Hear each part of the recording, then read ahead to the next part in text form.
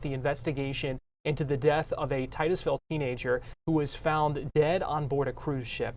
Now, we have talked a lot over the past few days and a couple of weeks since the death of Anna Kepner, who is 18 years old. Still a lot of questions surrounding what happened. The FBI has said very little about the investigation into her death, and what we have learned about that case, or most of it, has come from court filings in an unrelated case, a custody dispute in family law court in Brevard County that has shined a little bit of light on the case, on the suspect who's believed to be the 16-year-old stepbrother of Anna Kepner. And now there are some new court filings as well that talk a little bit more about this, including mentioning the fact that the FBI is investigating this as a, quote, suspected murder. This court document was just filed recently in Brevard County Family Law Division. Joining us live now to talk about this filing, kind of explain it to us, talk more about what it means and what it means for the investigation that the FBI is doing as well. I want to bring in Jose Rivas, who is a criminal defense attorney. And Jose, we always appreciate your perspective, and thanks for joining us this morning here on Fox 35 News Plus. Good morning. Thank you for having me. Okay, so you have had a chance now to look over this document, which, as I understand it, is Kepner's stepmother essentially asking for a gag order in this family court case. Yes, this motion is about process and confidentiality. When we talk about family law court, we're talking about family. We're talking about the best interest of the children. And what they're asking the court is to, protect them, so to speak, right? Or any other parties that are involved here, and say, listen, don't talk to anyone else. Don't reveal any kind of text messages, information, or whatnot. But again, it's family law court, and family law court doesn't tell criminal court what to do, and criminal court doesn't tell them family court what to do. And above all of that, it's federal court, which obviously supersedes any of those other courts. So this the document that we're looking at today is wanting additional filings in the family court proceedings to be sealed. They want those family court proceedings closed to the press as well, and trying to get those associated with this family court case to stop talking about it. So what would a judge who would be considering this motion be looking at as to whether or not to allow that and approve that? Well, judges are always very hesitant to restrict information. I mean, one of the elements on the motion is they're asking the media not be present, not reveal any other kind of documentation. We cannot use family law court to hinder a criminal investigation, especially a federal investigation by the FBI. So the judges are going to be very cautious. You want to protect the interests of the child, but it's, to a certain extent, not to expose them, for them to incriminate. But it's really not the court's job to tell a person, hey, anything you say can and will be used against you. That's why they should retain private attorney, and the attorney would tell them that anything you say in this particular proceeding can be used against you. And then they have the right to remain silent. But the point is, you cannot use family law court as a tool to hinder a criminal investigation. And the judge is going to be very cautious as to what restrictions she actually places on this. How is a family court, family law division case like this kind of different? Are the rules a little bit different between a criminal proceeding and a family law proceeding like this? Well, absolutely, yes, they are, and they're each. But again, they don't get involved. Like the family law is not going to tell you. If the family law prohibits contact, and the criminal law court, you have an open criminal case, they allow contact. One does not override the other. Therefore, you have to go to both courts. So yes, and the main focus is, they're not really focused on the criminal aspect of it. They're focused on protecting the child. But there's a difference between protecting a child and hindering a criminal investigation. And there's and also limiting access to the media and information that otherwise would have been revealed. Just because there's a criminal investigation doesn't necessarily mean you have to put a gag order in and restrict the information that would usually be allowed for public access. One of the quotes, I want to get it right here, from the court document says that one of the reasons they want the proceedings in this family court case closed to the press, because they say, quote, in the event criminal charges are filed against the minor child, referring to the 16-year-old stepbrother who's the suspect in this case, his right to a fair trial may be tarnished. Do you think there's weight to that argument, or what do you think about this argument in this motion? I don't think that's not an argument that should be done in family law court. That's an argument that should be addressed in criminal court, where a judge, that's the reason you have jury selection, and the judge will determine if there's an impartial jury. So it's not the family law court to pick or protect, so to speak, the public. I think that question has to be addressed in criminal court. Right. What do you make of this? I want to dive in now just a little bit kind of bigger picture here as we continue to watch this investigation, and how little information has come out from this from official sources. I mean, these family court documents are kind of the only way that information about this criminal case has really come out to this point. Does that surprise you in a case like this, or no? Well, what's interesting in this case is that it's the parties in the family law case who actually put out the statements in the motion, and that would grab, public attention. Had they not mentioned any of that, if you notice, there's no information really coming from the FBI. This is an FBI agency. They do the homework before they prosecute. They're very cautious as to what information they release. So they kind of asked for this. They went ahead and revealed this information. Now they're telling the court to say, hey, listen, let's keep it quiet. Let's keep it out of the public. So what do you think, if you had to look at your crystal ball here and see what the judge in this family court case, looking at this motion, might do, what do you think we might see come out of this? Well, at the end of the day, there is a remedy, right? This is a family law case, deals with alimony, custody, and they have a right to stop. If I was a judge, I would tell the parties, if you don't want to disclose any kind of information now, you have to remember the reason we're in family court for family law issues. Therefore, you could postpone, it's mute, let it sit until the criminal investigation is resolved. But don't make me, the judge, tell other parties, and that not to change how the process of the family law court just because there's a criminal investigation going on. Right, and that's interesting to see. I think some of these things come out in these other documents. The fact that it is a totally kind of separate division of the court, an unrelated case in many respects. And to see this, but at the same time, I think if you're talking about a custody dispute there, I guess the attorneys could and kind of are making the argument that some of this stuff is relevant to what they're talking about in the family court case. Well, you can always come forward and make the argument, but I think they're overreaching, overstepping, and asking the family law court to do something that they don't have any authority or any jurisdiction to do so.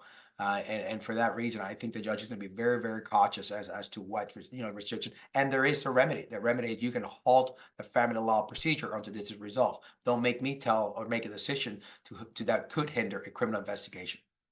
The fact that this is a minor, that this the suspect here is a 16-year-old, and that's something that they kind of discuss in the this motion asking for the gag order.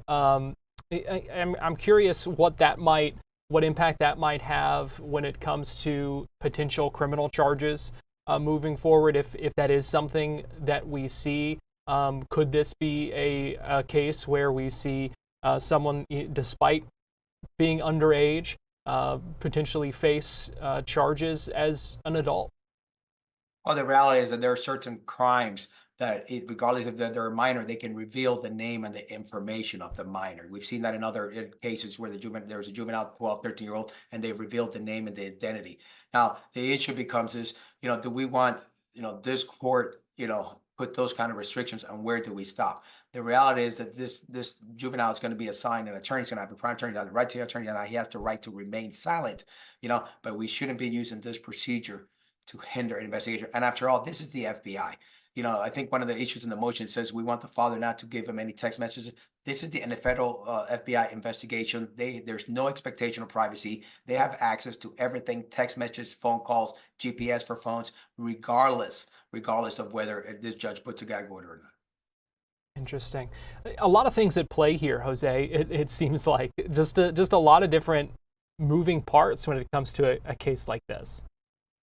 It is, and again, I think they're overstepping on the authority. I think the FBI eventually is going to come out, and they're going to either whether they're going to charge or whether, and you have to realize, sometimes the truth doesn't matter. What matters is what you can prove, and you'll see that in a lot of cases where the prosecution will come out and say, listen, we're not going to file any charges. We just don't have enough to move forward. And the FBI has a very high conviction rate in federal court. It's like up in the 90s. If they can't prove it beyond a reasonable doubt, most likely they're not going to move forward. And that's what they're doing right now, trying to build the case prior to having a formal arrest. And what does these court documents that are kind of, I don't want to say leaking, because it's, these are public documents, and that's not the word, that the actual word I'm kind of looking for, but kind of dripping out some of this information from this potential criminal case and this criminal investigation. Does that, do you think, have an impact on a potential future criminal case, that some of these details have been dripping out bit by bit from this other case in the family law division? Well, there's always suspicion, of what gets, quote unquote, dripped out there. But the reality is, if this person is charged and it goes in front of a jury at some point, the judge is going to tell them disregard any other information. We see that all the time in high profile cases, that, they can only consider what's presented to the judge in the courtroom. And again, we have to remember, if he's charged or she's charged as an adult. If it stays in juvenile court, it's the judge who makes the final determination of guilt. There's no juries in juvenile court. There's still a lot of questions, still a lot to wait to see. Jose Rivas, a criminal defense attorney, we always appreciate your perspective and your time, and thanks for sharing your expertise with us this morning here on Fox 35 News Plus, and putting this stuff in context for us. Thank you. We're going to take a break, and we'll be right back.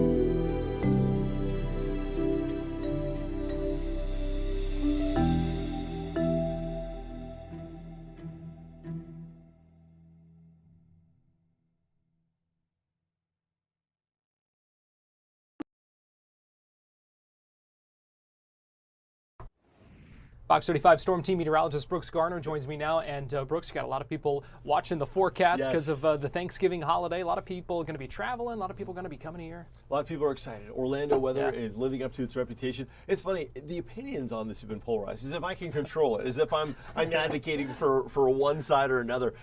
Some love the heat. Some are like, it's despicable. It's unreasonable. Get it out of here. So the weather's here, and we just have to deal with whatever. Can't satisfy everybody. Yeah, I wish I had the control over the weather, but it's going to be beautiful by, I think, any metric for most of this week, with sunshine and low 80s. I mean, it's Florida.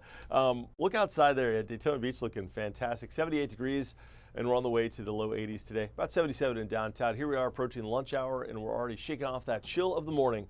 79 Lake Fairview, a little breezy. And hour by hour, we're going to jump into the 80s by 1 o'clock. It'll be a brief visit to the 80s, then we're back to the 70s as we head into commute time around 4 or 5 on the short holiday week. But speaking of holidays, a lot of people are going to be traveling at different times, so I'll give you a travel forecast here. Across the southeast, it'll be beautiful all the way down I-10 to Houston, but there will be a band of showers and storms. Some of them could be on the strong to severe side, so if you're flying into Houston this afternoon or even into Little Rock, there could be some issues. Memphis as well, although the severe threat looks to be relegated to Texas and Louisiana, where earlier we had flash flooding in Dallas, and that line moving east to Shreveport and beyond. But yeah, National Weather Service says in yellow, that's the hot spot today to watch out for severe storms. Could be some flight delays. Dallas logged hundreds of delays and cancellations this morning when it was all tallied. So severe storms possible later today, and then that all heads east. So if you're heading toward Alabama, Mississippi tomorrow, maybe North Georgia, Tennessee, Kentucky, it's going to be showery with a couple of storms, a couple of stronger storms possible as well across northern Alabama. That upper level system brings some garden variety showers, nothing too notable, but just kind of overcast and dreary and gloomy from St. Louis to Detroit to Chicago for today and tomorrow. And then a stronger system moves into the Pacific Northwest as we get into the day tomorrow into Wednesday with a lot of rain and some snow in the Cascades. And then once you get into the colder regions of Montana, it's going to be a snowstorm, like legit. See that purple stripe? That's going to be about a foot of snow across a wide swath of the region. Yeah, so that's going to be a place to watch out for. Bismarck, Fargo, Duluth, Minneapolis. They're like, no good, no. When I lived in South Dakota, Garrett, I started picking up a little bit of the local accent, or people are like, so is it going to snow? And I'm like, yeah, it's going to snow. I'm like, well, yeah, where did that come from? Don't you know it is? Don't you know? Yeah. It was so funny. I love it's just very charming. Yeah. If you ever watch the show Fargo, it's like they really talk like that. That's not like an affectation or an exaggeration. It's because it's so cold, so naturally, the tongue sort of, it kind of gets stuck in place, and you start talking like you're from Northern Europe. But no, that's going to be snowy, and on the lee of the Lake Superior region in the UP of Michigan as well as the Arrowhead of Minnesota, there could be upwards of 2 feet of snow. So that's going to be the biggest travel trouble spots as far as Thanksgiving travel goes. We can deal with rain, right? But when it comes to snow, that's a totally different beast. And it looks like North Dakota and Minnesota, they're going to get hit. They're going to get hit pretty hard. And the lake effect snow machine will continue into Wednesday across Lake Huron and in the lee of Lake Michigan on the Michigan side there, and just plain old rain across the Northeast for tomorrow night into the day Wednesday. So there's going to be a little bit of weather, but curiously enough, once we get to Thanksgiving, most of the country clears out and we catch a big break for a sunny, beautiful Thanksgiving for pretty much everybody except for the extreme Northwest and Florida. Florida is when that system finally gets here after all that fanfare.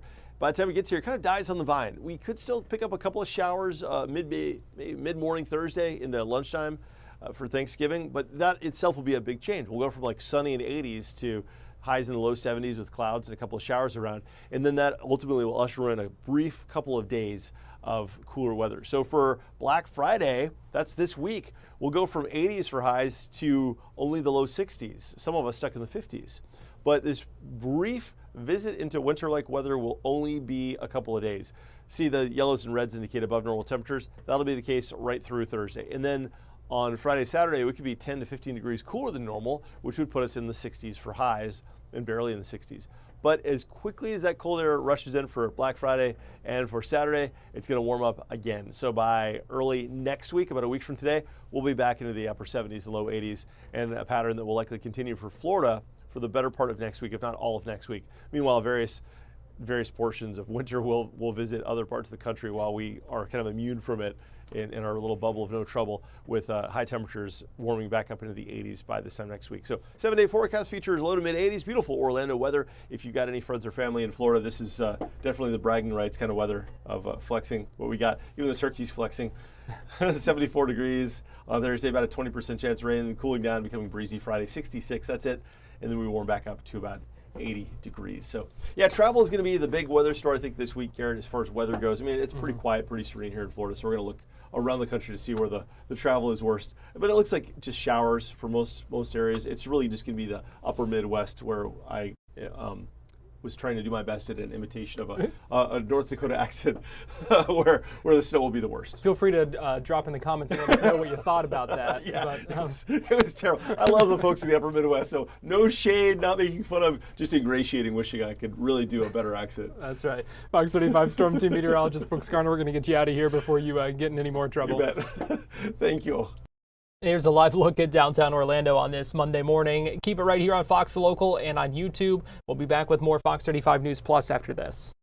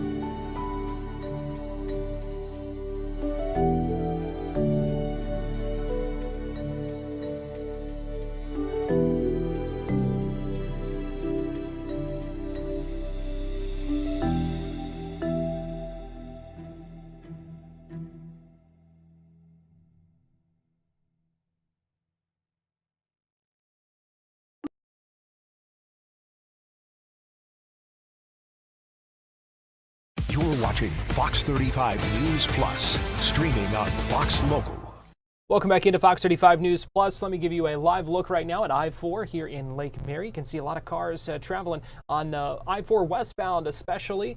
We know traffic is going to be picking up over the next couple of days as we get closer to Thanksgiving. A busy travel week, and 90% of Thanksgiving travelers going to be traveling by car this week. Fox 35's Amanda Ruiz has more on what FDOT wants you to know. Here in Florida, it's going to be just over 4 million people that are going to be using their car. Here to talk more about safety tips and also what you're going to see on the road is Garrett, the road manager here at FDOT. Good morning, Garrett. Good morning. Talk to me a little bit about, first of all, what we're seeing outside. Are people going to be seeing this when they go out? Absolutely. So we'll have our road rangers out there. We've increased the staffing for the expected increase in traffic holiday congestion. So we will be out there and ready and willing to assist if drivers need us. That's amazing. And then also I see the flashing light. It's got an arrow. It says move over. Important information, correct? It's really important that drivers give us room to work at those scenes. Move over, and if you can't move over, slow down 20 miles under the posted speed limit. We want to make sure everyone enjoys this Thanksgiving. It's obvious, but why is it so important for people to remember these move over, slow down laws, to not be distracted, all these things to keep in mind? The roadway is a location where our road rangers, our first responders work. We want to make sure they have a safe environment to work, and how drivers can help us is by moving over and slowing down. Perfect. What have you guys seen last year in 2024 during the holiday travel that you're taking into this year to make sure that drivers are safe and that you guys are safe too while you're doing your job? Absolutely. So we did see that increase in holiday traffic last year, and with the expected increase in record-breaking years this year, we are ensuring the staffing of our road ranger program and is able to respond if a driver needs us. And you could repeat what you had to say before, but this is important. A lot of people are going to be on the road. We saw 73 million countrywide, and then also here in Florida, top destination, we're going to have over 4 million people that are traveling. Give us some more tips and just repeat it, just so people know if they're heading out that door for the holiday weekend. Make sure your vehicle's topped off with fuel, your tires are inflated. Check the Florida 511 app, and if you are involved in an incident on the interstate, call star 347 or star FHP. We'll either get a Florida Highway Patrol trooper or a road ranger out to assist you. Perfect. Great tips. Thank you so much, Garrett. We appreciate you. Thank you. putting those tips and really sending it home because, guys, it's going to be a busy time traveling on the road. Lots of people are going to be on the road. So make sure you're staying safe for not only yourself, but stay aware around the road because it's just going to be a busy one. Yeah, it is going to be busy. Also going to be busy at the airports. AAA projecting nearly 6 million passengers to fly through airports across the country this Thanksgiving holiday. And Fox 35's Marley Capper has more from Orlando International Airport about what we're seeing at MCO so far this week. Good morning. Well, the Thanksgiving holiday travel season is upon us, and lots of people have been coming to the airport this morning. Right now, it's about 11 to 15 minute wait behind me here at Terminal A. Now, officials say that the busiest days are still ahead, with Saturday and Sunday after the holiday expected to be the most packed. MCO is bracing for more than 2 million passengers between now and early December. Now, despite the holiday rush, lines moved pretty well over the weekend, with many travelers saying they arrived early and had little trouble getting through security. We got here super early with time to kill, and the lines have been fantastic this whole time we've been sitting here, so we're not too worried. AAA expects 6 million Americans to fly for the holiday, but says 73 million people will be driving this year, meaning gas stations could be packed all week. So that's just a heads up, especially if you're flying and planning to drive a rental car. Airport officials are reminding everybody about the 3-2-1 rule. Show up to the ticket counters to check those bags in 3 hours before your flight. Make sure to get into the TSA lines 2 hours before your flight and check into your gate an hour before takeoff. This will all make sure that things run smoothly. I do want to mention there has been a lot of delays, so make sure that you're checking with your airline because it wouldn't be fun to get here 2-3 hours early if your flight isn't for a few extra hours so you can soak up more time with friends and family. For now, reporting from MCO, Marley Capper, Fox 35 News. Yeah, and if you can get out to the airport earlier, it just takes so much more of the stress away from things. You can relax a little bit more. You don't have to worry quite as much because something is surely going to go wrong. You don't have to worry as much if you get out there a little bit early. Give yourself a little bit of time to maneuver. We are going to take a quick break here on Fox 35 News Plus, but we still have a lot to get to, so keep it right here on Fox Local and on YouTube. And as we go to break, let me give you another live look right now at I-4. Seeing some slowdowns there. That is a pretty typical spot to see some of those slowdowns, just not always necessarily this time of day. We're going to take a break and we'll be right back.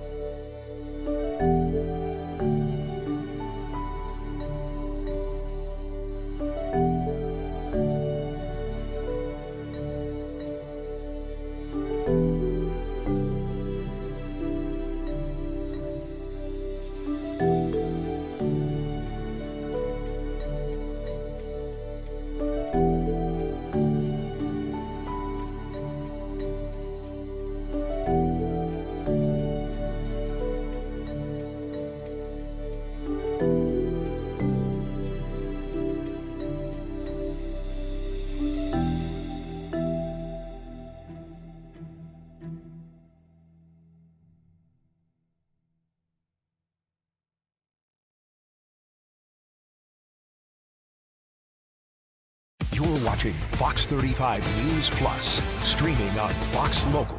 Welcome back into Fox 35 News Plus. Give you a live look right now at Daytona Beach from our Hard Rock Hotel camera. Welcome back in. I'm Garrett Wymer, and thanks for joining us on this Monday morning live on Fox Local and on YouTube.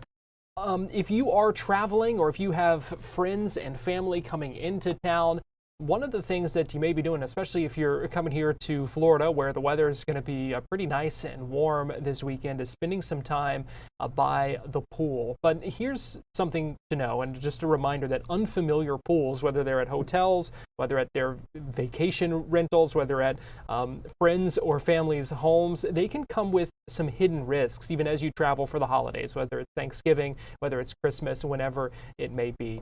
Joining us live now to talk about this and the importance of the precautions that you need to check, the things you need to do before you let your kids or others near the water, is Megan Ferraro. She's the executive director of the ZAC Foundation, which does a lot of work across the country to raise awareness and create actionable steps for folks to take. Megan, we appreciate you joining us here on Fox 35 News Plus this morning. Thanks for having me, Garrett. As you're heading to vacation to celebrate the holiday, Thanksgiving with your family and friends, we really want you to think about water safety differently. It's so fun to be in a warm, sunny place like Florida, especially if you're escaping the cold of the Northeast or of other parts of the United States or Canada. We want you to be thinking about water safety just like you do anytime you're in a situation where safety is a part of your story. We want you to ensure that there are four-sided fences around those backyard residential pools. We want you to have your eyes on your children anytime they are around the water. We want you to talk to your kids about water safety. So make going to the pool, even if it's in grandma's backyard, a journey, right? Okay, now we're going to talk about going out to the pool. We're going to put on our life jacket. We're going to remember the rules around the pool. No going in without an adult. No swimming far away from mom and dad if I don't know how to swim. Ensuring that the rules around the pool are rules that you're really practicing just like you would if you were, at a playground or at a park. You need to think about water safety and ensure that you talk to your kids about water safety and that you or an adult is watching the surface of the water at all times. This doesn't just go for backyard swimming pools. This goes for open water like the ocean as well. We know that it's very important that if you take your kids to the beach this week, that you are near a lifeguard, that you are in the water with your kids, and that you're paying attention to the current, the tide. Are there any rip currents to be aware of? If so, the water is not safe to be in. We know that drowning is the leading cause of death in the United States. Sadly, Florida has lost more than 107 children this year in drowning events, and we want to make sure that this is a safe and fun holiday season, not only Thanksgiving, but the upcoming December holidays as well. So if you are a homeowner with a backyard pool and you don't have a four-sided fence, put one in place, put alarms on your doors and windows that head out to the pool area, and talk to your kids and your grandkids about water safety. Talk to them about not entering the pool area without an adult, and really be sure that you make it a fun experience, but one that's safe. Megan, why do you think there are kind of additional risks when it comes to the traveling or around the holidays? And what's different about it than maybe spending time by the pool in the summertime or something like that? I think when you're traveling for the holidays, you're going and you're experiencing a sense of relief, a break from your normal routine. You're letting your hair down, so to speak. You're looking forward to just relaxing. But it's important that parents are vigilant when they are around water with their children, be it a pool, at a home, at a hotel, or open water like the beach or lakes. We really don't want anyone to experience tragedy over this holiday weekend. And we know that there are simple steps that you can take that will save lives, that will create a healthy, happy home environment for you and for your children. But that starts with education, awareness, and then implementing a plan, right? Anytime the kids are around water, there is an adult watching them. Anytime you are at a home with a pool, whether you're visiting a grandparent or if you're going to a holiday party at someone's house with a pool, that you familiarize yourself with the settings. You understand if there is a four-sided fence around that pool, that there are alarms on the doors that make that friendly little chime that the door has been opened, just to alert you that the door has been opened. And you talk to your kids. You can tell them not to go in the pool, just like you tell them not to go near the busy street without holding your hand, or not to pull out of the driveway without being sure that your seatbelt is fastened, or that your helmet is on when you're riding your bike. This simple conversation, reinforcing these rules around the pool, will help save lives and will help keep your children safe. Of course, in a longer term way, we want everyone to learn how to swim. We want you to take swimming lessons. Parents, we want you to take CPR classes. We want that life cycle of water safety and that love of water to be instilled in everyone in America. But in the short term, if you're coming to Florida for vacation, if you are going to someone's house with a pool, take these simple steps to save lives. And Megan, you mentioned vigilance, obviously needing to make sure these kids are supervised, but that traveling for the holidays often also comes with a lot of distractions that you might not have other times. If you're in a full house of people, it can be easy to kind of let that vigilance slide. So what's your message? That vigilance can slide. We want to make sure that you are aware that, as I said earlier, drowning is the leading cause of death. And it often happens when a parent's attention is just slightly distracted. They're having a conversation, they're having a cocktail, they're in the kitchen cooking or wrapping gifts or hanging Christmas decorations or changing the baby's diaper.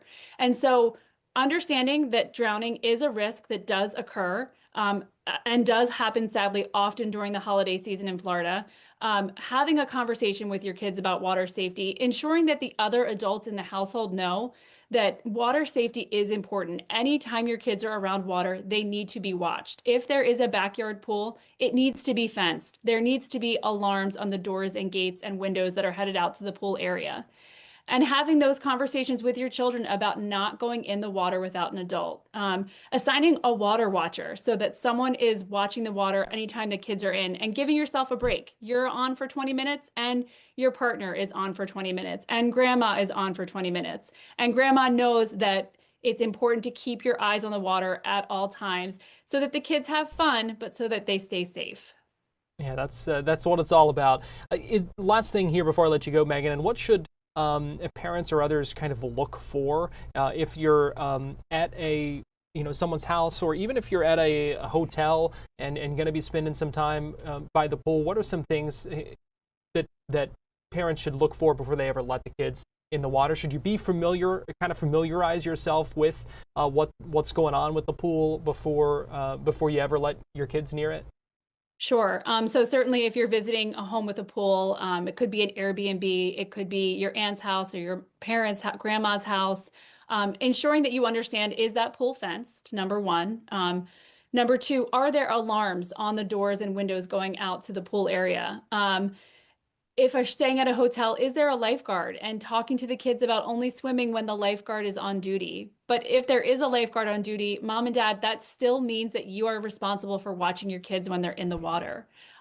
If you have 4 kids like I do, and they're not all strong swimmers, it's okay to use one of those puddle jumpers to ensure that you're able to manage all the kids that you have responsibility for, keeping everyone within arm's reach, really being sure that you're providing those safety tools, that you have a phone nearby, not a phone that you're on or that you're using, no books that you're reading, but a phone that you could use to call for help would be important. And like I said, if you are at the beach, swimming in front of a lifeguard chair when a lifeguard is on duty. Understanding what the tide is like, what the rip currents are like. Many beaches have flag warning systems. So if it's safe to swim, the flag is green. If it's yellow, it means that the tide and the current is risky. If it's red, it means don't enter. So familiarizing yourself with basic safety rules, just like we do with road safety, right? We know a red light means stop. Well, a red flag at the beach means stop too. A yellow light on the road means slow down, use caution. The same is true at the water. And so we really need to be thinking about water safety and talking to our kids about water safety, just like we do all other areas of injury prevention. Megan Ferraro, Executive Director of the ZAC Foundation. You always give us a lot of good things to think about. Your organization does a lot to raise awareness, and we appreciate you taking your time with us here on Fox 35 News Plus today. Thanks for having me. We're going to take a quick break, and we'll be right back with more Fox 35 News Plus after this.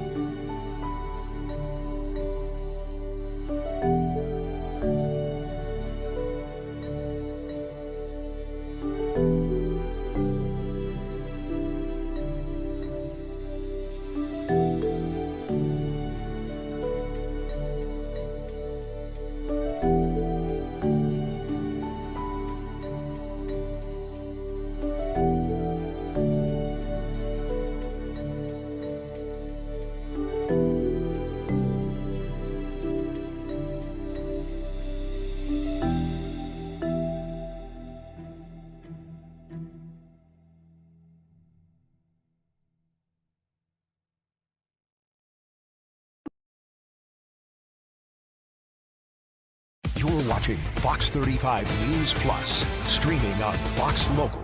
Welcome back into Fox 35 News Plus. I'm Garrett Wymer, and thanks for joining us on this Monday morning, live on Fox Local and on YouTube. One of the things that is always so nice about Thanksgiving is football, being able to lay around, watch some football with family and friends. But before we look ahead to Thanksgiving football, let's take a look back at the weekend that was, because there were a lot of things that stood out at every level here in Florida when it comes to football. And so here now to break this down for us is Tim Walters. He's the sports editor of the Florida Times-Union and Florida Today.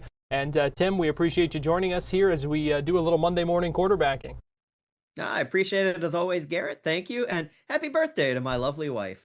Happy birthday, Mrs. Walters. All right. Now let's talk about the high school standouts. A lot to talk about here, and you've got several that you want to highlight here. That's a good thing when you have so many performances to highlight. Yeah, definitely some eye-popping high school numbers, and I do love getting to spotlight the high school football players. We'll talk about college and NFL, but a lot of people talk about those things, and these kids, they don't always get their shout-out, so I'm going to get some really good names out here right now for you guys. This one stood out to me the most. His name is Caleb Madison of Bishop Kenny. They won 55-37 over Tallahassee Godby. Well, Caleb ran for 369 yards on 35 carries, and he scored 5 touchdowns. So an incredible job. You know, Tallahassee Godby is always a great a power in the state. And of course, so is Bishop Kenny. So that was a great clash the other night. And they scored 92 points, 93 points collectively. But Bishop Kenny getting the win behind the 369 yards and 5 touchdowns by Caleb Madison. An impressive performance. And you also spotlighting a couple of other running backs for Manatee. Yeah, this is a nice tandem effort. I mean, the first running back, his name is Keith Smith. If it was just him and his numbers, 29 carries for 241 yards and 4 touchdowns, that's impressive in and of itself. He has a younger teammate, sophomore Caden White, who had 113 rushing touchdowns or I'm sorry, 113 rushing yards and 2 touchdowns on only 9 carries. So we're looking at over 350 yards between the two of them as Manatee defeated Cape Coral 55-29. So it's a couple of 55-point games there that I've spotlighted. But I got good news for you, Garrett. My third player is on defense. So there is some defense being played in the state, if you can believe it. Yeah, break that down for us, because this was an impressive performance, no doubt. Yeah, so this is, if you see his name, that's pronounced Talon, which is a cool name. Talon Babin, who had 2 tackles, 2 unassisted pass blocks, a forced fumble, 11 tackles, and a 15-yard blocked punt return for a touchdown as Panavidra defeated Beachside 38-3. So first we're hearing 55 and 55. Now we're seeing one playoff team in the second round only scoring 3. So good job there by Talon Babin, who had a great game there. Lots of good stats and scoring a touchdown. Tim, if only your name were Talon, you could have been a linebacker. Yeah, I would have need to be about 6 inches taller, and we'd need to put about 80 to 90 pounds on me. But I would have loved to have known what it's like to hit somebody like that. Well, yeah, would have been a good start at least. All right, now let's talk about the college level here. Who is your standout from the weekend? Yeah, we finally got the performance I think that Miami's been waiting for all season out of Carson Beck. And I've held off spotlighting him a lot this season because he's had some good games. Well, this was a great game here. 27 of 32. So talk about efficient. Only 5 incomplete passes. 27 of 32, 320 yards, and 4 touchdowns as Miami got a big win over Virginia Tech 34-17. And you got to shout out his receiver, who's been amazing all season, Malachi Toney. He was on the receiving end of 12 of those 27 receptions, 146 yards and a touchdown. So a big day for them. Now, Miami last week, they were number 13. They're still on the outside looking in when it comes to the college football playoffs. We'll see what happens when the new rankings are released. They still need a lot of things to happen to even make the ACC championship game. They play Pitt this week. We'll see what happens there in their final game of the season. But right now, Miami is 9-2, and I think they've got a pretty good chance. And of course, if Notre Dame gets into the CFP with 2 losses, which Miami defeated, people are going to lose their mind down in South Florida. But hey, we got one more week to let it all shake out. That's exactly what I was going to say. We've been seeing so much of that debate kind of playing out, and it's going to be interesting to see what happens, between Miami and Notre Dame. It's one of those things that it's like, I wouldn't want to be the one making the decision here. No, absolutely not. But, when they played at the beginning of the season, Notre Dame was basically starting over a quarterback. Well, he's gotten pretty good, pretty quick, and they've got a really good team there. They hung 70 on Syracuse this week. So, you know what? If Notre Dame played Miami now, Notre Dame would probably be favored. I think they were favored to start the season, but not by much. But, that's a team that's gotten better and better. Miami, sometimes they show growth like this week. Sometimes they have some of those bad setbacks when, Beck's throwing 4 interceptions. So, again, we'll just kind of have to keep an eye on how all of these things shake out. Anything can still happen in this, what's essentially a rivalry week, even though Miami and Pitt aren't known as huge rivals. But most of the rivals will be playing, including that Florida State game, which, that one's going to be tough to watch maybe this weekend. Yeah, you're right about that. Let's talk about the pro level here. Who is your standout? Yeah, speaking of hard to watch, that Jacksonville Jaguars game yesterday, if you watch that thing from start to finish, that was a roller coaster of emotions there because, at points, the Jaguars, like their opening drive, looked like they were going to dominate. Trevor Lawrence then drives them down the second time, but then he gets hit, ball pops up in the air, there's a touchdown. He throws 3 interceptions along the way. His pocket presence just was not very good yesterday, but the defense was there to save the day. 6 sacks on Jacoby Brissett. And first I want to spotlight of those 6 sacks, Dennis Gardeck. Now, here's a guy that's getting a chance because a lot of people are injured. He looks like one of these guys that walked out of like a 1980s heavy metal video or maybe a wrestler. He's got the long hair, the tattoos, and he was just everywhere. He had a sack and a half, and he was credited for 4 quarterback hits. So Jacoby Brissett is going to remember Dennis Gardeck. Devin Lloyd, who's been great all season when he's healthy, healthy. He had a sack and a half. He also rattled Jacoby Brissett a little bit during the game. Brissett should have stepped out of bounds. He didn't. Devin Lloyd put a bit of a shoulder into him. They threw a flag, picked it up because the hit was in bounds. But, great game for Devin Lloyd, who seems to always be on the spot. Also spotlighting Antonio Johnson. He had a sack. Josh Hines-Allen, who became the franchise leader, he tacks on another sack to that total. And Devon Hamilton, who had a sack. So, great job by that defense. And then, of course, late in overtime, actually, the Cardinals are driving. They're looking at a fourth down. Brissett, who had been pretty good most of the day, despite how he was getting hit around, he throws a pass, and both Christian Braswell and Andrew Wingard converge on the receiver. They break up the pass. The Jaguars win. They pull out a 27-24 victory. But you got to really thank the defense, because Trevor Lawrence had a tough game. He's got a lot to clean up before they play the Titans on Sunday in Nashville. Yeah, it was a nail biter. There's no doubt about that. Now, what has you scratching your head? I bet I know. I bet I know what has me scratching my head. What's got you scratching yours, Tim? Yeah, I was so looking forward to that Buccaneers and Rams game. Yeah. I thought it was going to be so much better than that, and what a blowout. So my head scratcher is, are the Buccaneers a legitimate contender? I can't tell what they are. They start out the season 3-0, but if you look who they beat, the Falcons, Texans, and Jets, and they were all last-second field goals, they eke those out. They lose to the Super Bowl champion Eagles. Then they get two really good wins. The Seattle game was so entertaining, and San Francisco, that's a big win. Since then, they're 1-4. Their only wins against the Saints. But look at who they lost to. Lions, playoff team. Patriots, playoff team. Bills, playoff team. Rams, playoff team. They're losing to all these playoff teams. If the Panthers win tonight on Monday Night Football, there is a new leader in the NFC South. And I think if you would have told anyone before the season, this late in the season, the Panthers would be leading that division, they would have thought you were nuts. People would have picked the Falcons, the Buccaneers. Everyone knew the Saints were going to be bad, but this is such a big surprise. But if they do, here's your good news, Buccaneers fan. There's our good news, although we got to hope Baker Mayfield's left shoulder sprain isn't going to keep him out too long. But after this rough stretch, they now play the Cardinals, who we saw against the Jaguars, are pretty bad.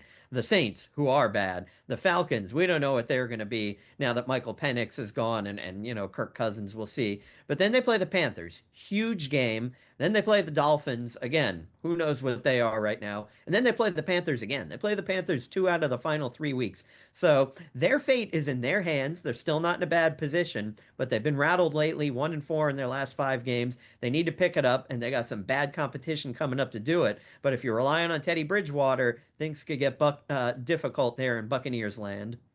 All right, yeah, gonna be interesting to watch. That is for sure. Tim Walters, sports editor of the Florida Times-Union and Florida Today. We appreciate you joining us. Now we'll let you get out of here so you can bake a cake for your wife. Yeah, absolutely. I appreciate it as always, Garrett. Have a happy Thanksgiving and a good week to you and all of your viewers. Thank you so much. All right, thanks, Tim, and happy Thanksgiving to you. We're going to take a quick break here on Fox 35 News Plus, and we'll be right back.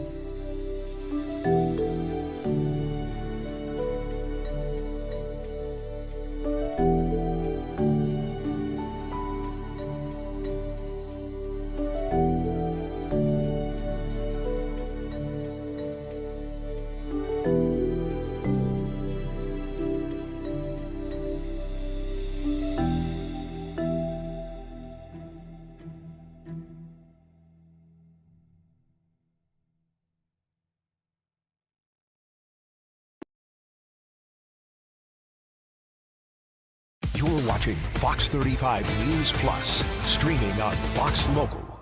Welcome back into Fox 35 News Plus. Garrett Wymer here, and thanks for joining us on this Monday morning, live on Fox Local and on YouTube. We are getting ready to hear from head coach Scott Frost, the head coach of the UCF Knights.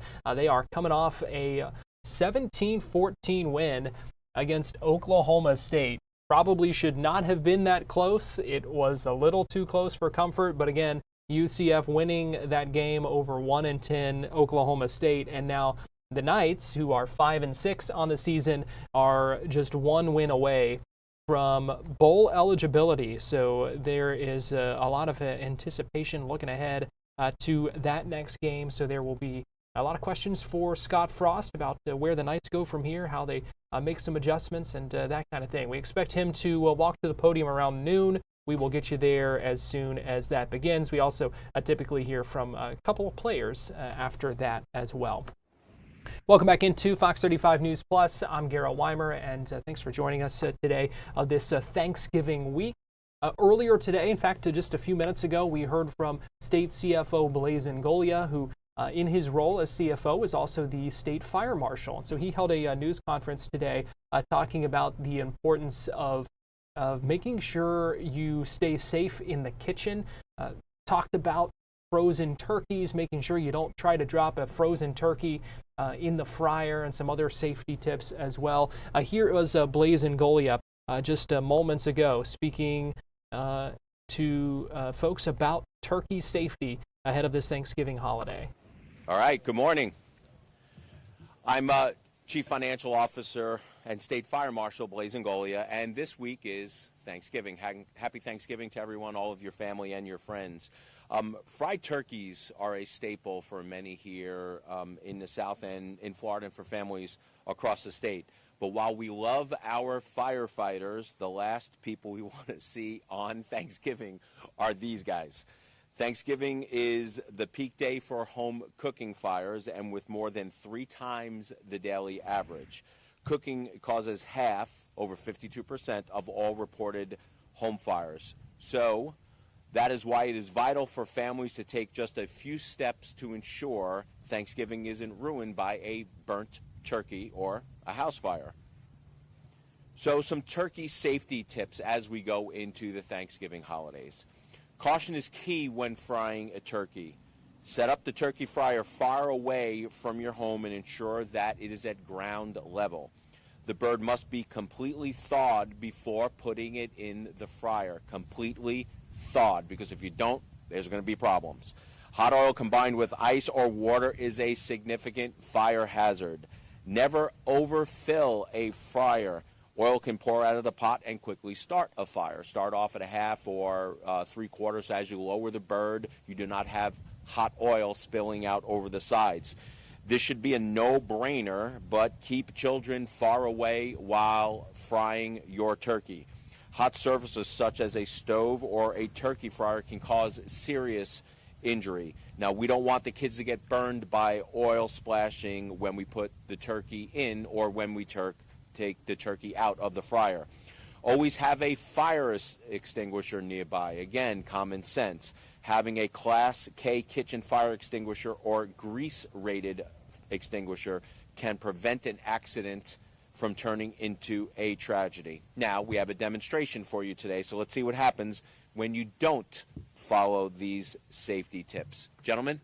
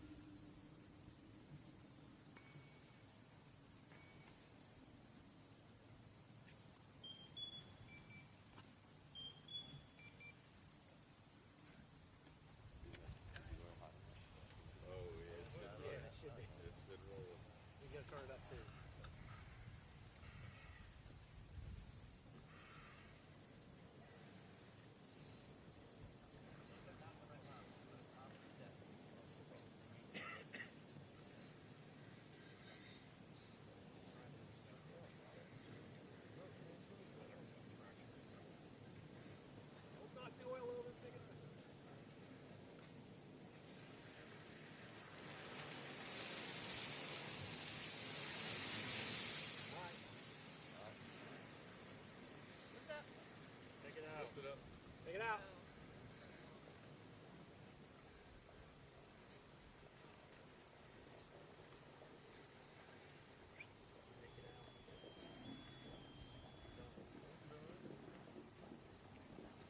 Okay, is that it with the demonstration? Good? All righty. Come on back around, guys.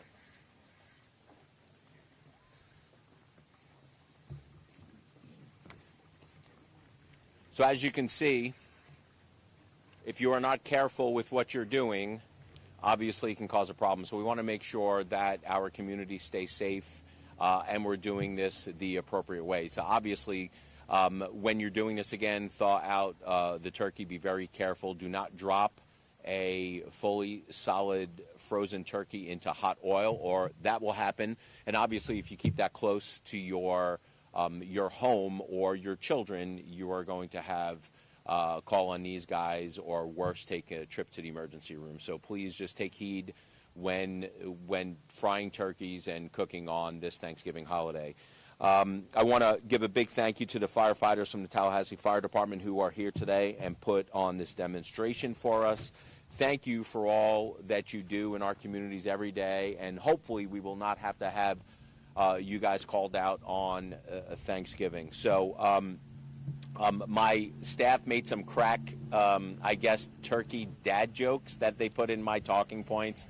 I'm going to say some of them here. I don't know if they're funny, but they said they actually bet me $100 that I wouldn't say this. So you guys are going to pay up because I'm going to say it.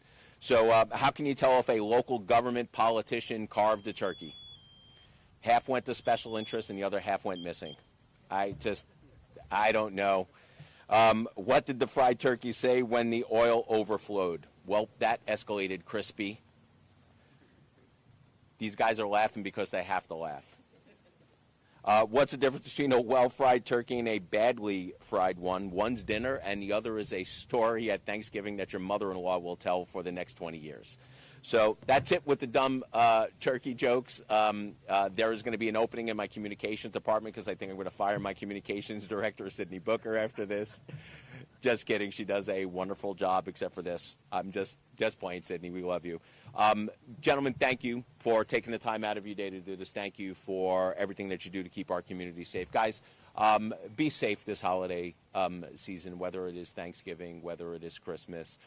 Take heed, take caution, and make sure that we don't have any mistakes that will land you guys in the hospital room. Guys, God bless you guys, and have a great Thanksgiving weekend. Yeah, all jokes aside, important things to remember there when it comes to the safety and just making sure you have on hand what you need. As for those jokes, I was going to make a comment about how cringe they were, but I don't know that I have any they're any better. In fact, I know I don't. So I will reserve comment on that. We're going to take a quick break here on Fox 35 News Plus. We're going to be back in just a couple of minutes. We will get you to this Scott Frost news conference as soon as it begins, expecting to hear from him any minute now. So keep it here on Fox Local and on YouTube.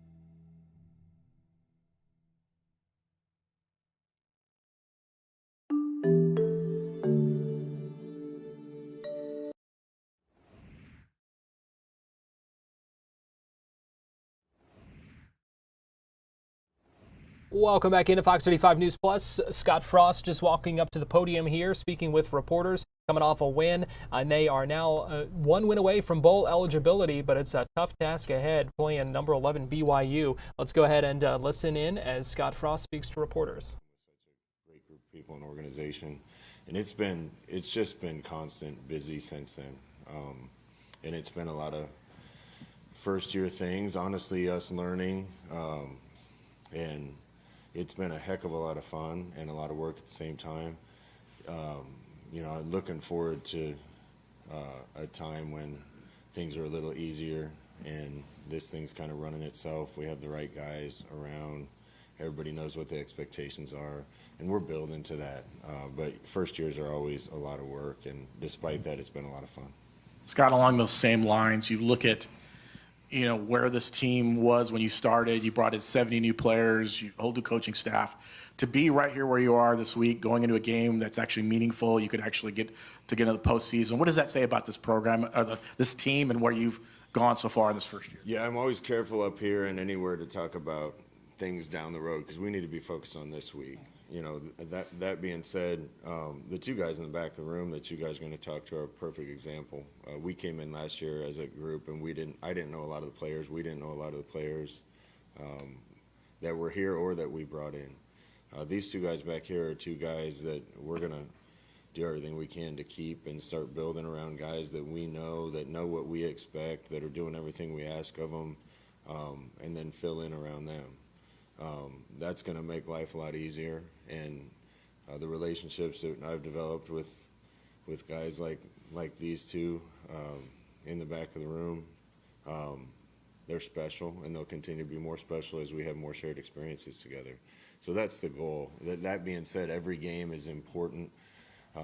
This game is a great opportunity for us to go compete with one of the best in the league and measure ourselves. It's also a great opportunity to get another week of work with this group. And anytime you have an opportunity to play a football game, man, you want to take advantage of it because they go so fast. And this group that we have this year, this is our last opportunity, and they could finish the year really special if we can go out and play really well. Coach, I know we spoke after the game. You said making a bowl game isn't end-all, be-all, although it would be nice. What would it mean to you personally as a coach in your first season back to reach that accomplishment? Yeah, you know, that's something we definitely wanted to accomplish. I mean, we've been so close in a lot of games, but again, we have a great chance right in front of us. You know, probably one of the top teams in this league, and we have to go out and play at their place, and it's certainly not going to be easy. I got a ton of respect for Coach Sataki and his program and the guys that they put together, and they've had a really good year. So it's a big challenge, but we got a group of guys that if we come together and play well, we can be dangerous. So that puts no pressure on us, and it's going to be a lot of fun to go give it our best shot. I know, to follow up on that, I know it stings to talk about some of the close losses you've had this season, but does it kind of sting you as well, knowing that if you just had a couple of different plays in the fourth quarter, that you guys would already be eligible and you wouldn't have to be in a one-on-one situation to bowl eligibility? Yeah, it does. I want to win. I don't want guys in the program that don't think that way. You know, there's a lot of motivations now in college football that probably didn't exist a while back, but your number one motivation has got to be you hate to lose and you love to win, and you're going to compete and do everything you can to try to win every play, every snap, every down, every game. And we need a whole building full of people like that. It's almost easier when you get beat pretty soundly to wake up the next morning than it is when you're so close. And the key for us is to get to a point where those close games aren't close anymore. And then if we have some others that are close, we try to find a way to win them like we did Saturday. Throughout the season, you, Coach Cooper, Coach Grinch have talked about starting games faster, settling into games earlier, especially on the road. What has to change this week in practice to see you do that in Provo? Well, we have not started well on the road. You know, at home Saturday we didn't start very well, and we played well in the second half. And there's been a couple others where we started really well and didn't play well in the second half. So it's really about playing a complete game, being ready to go right out the jump, and playing 4 quarters. And you know, we're going to need that kind of effort Saturday against a good team.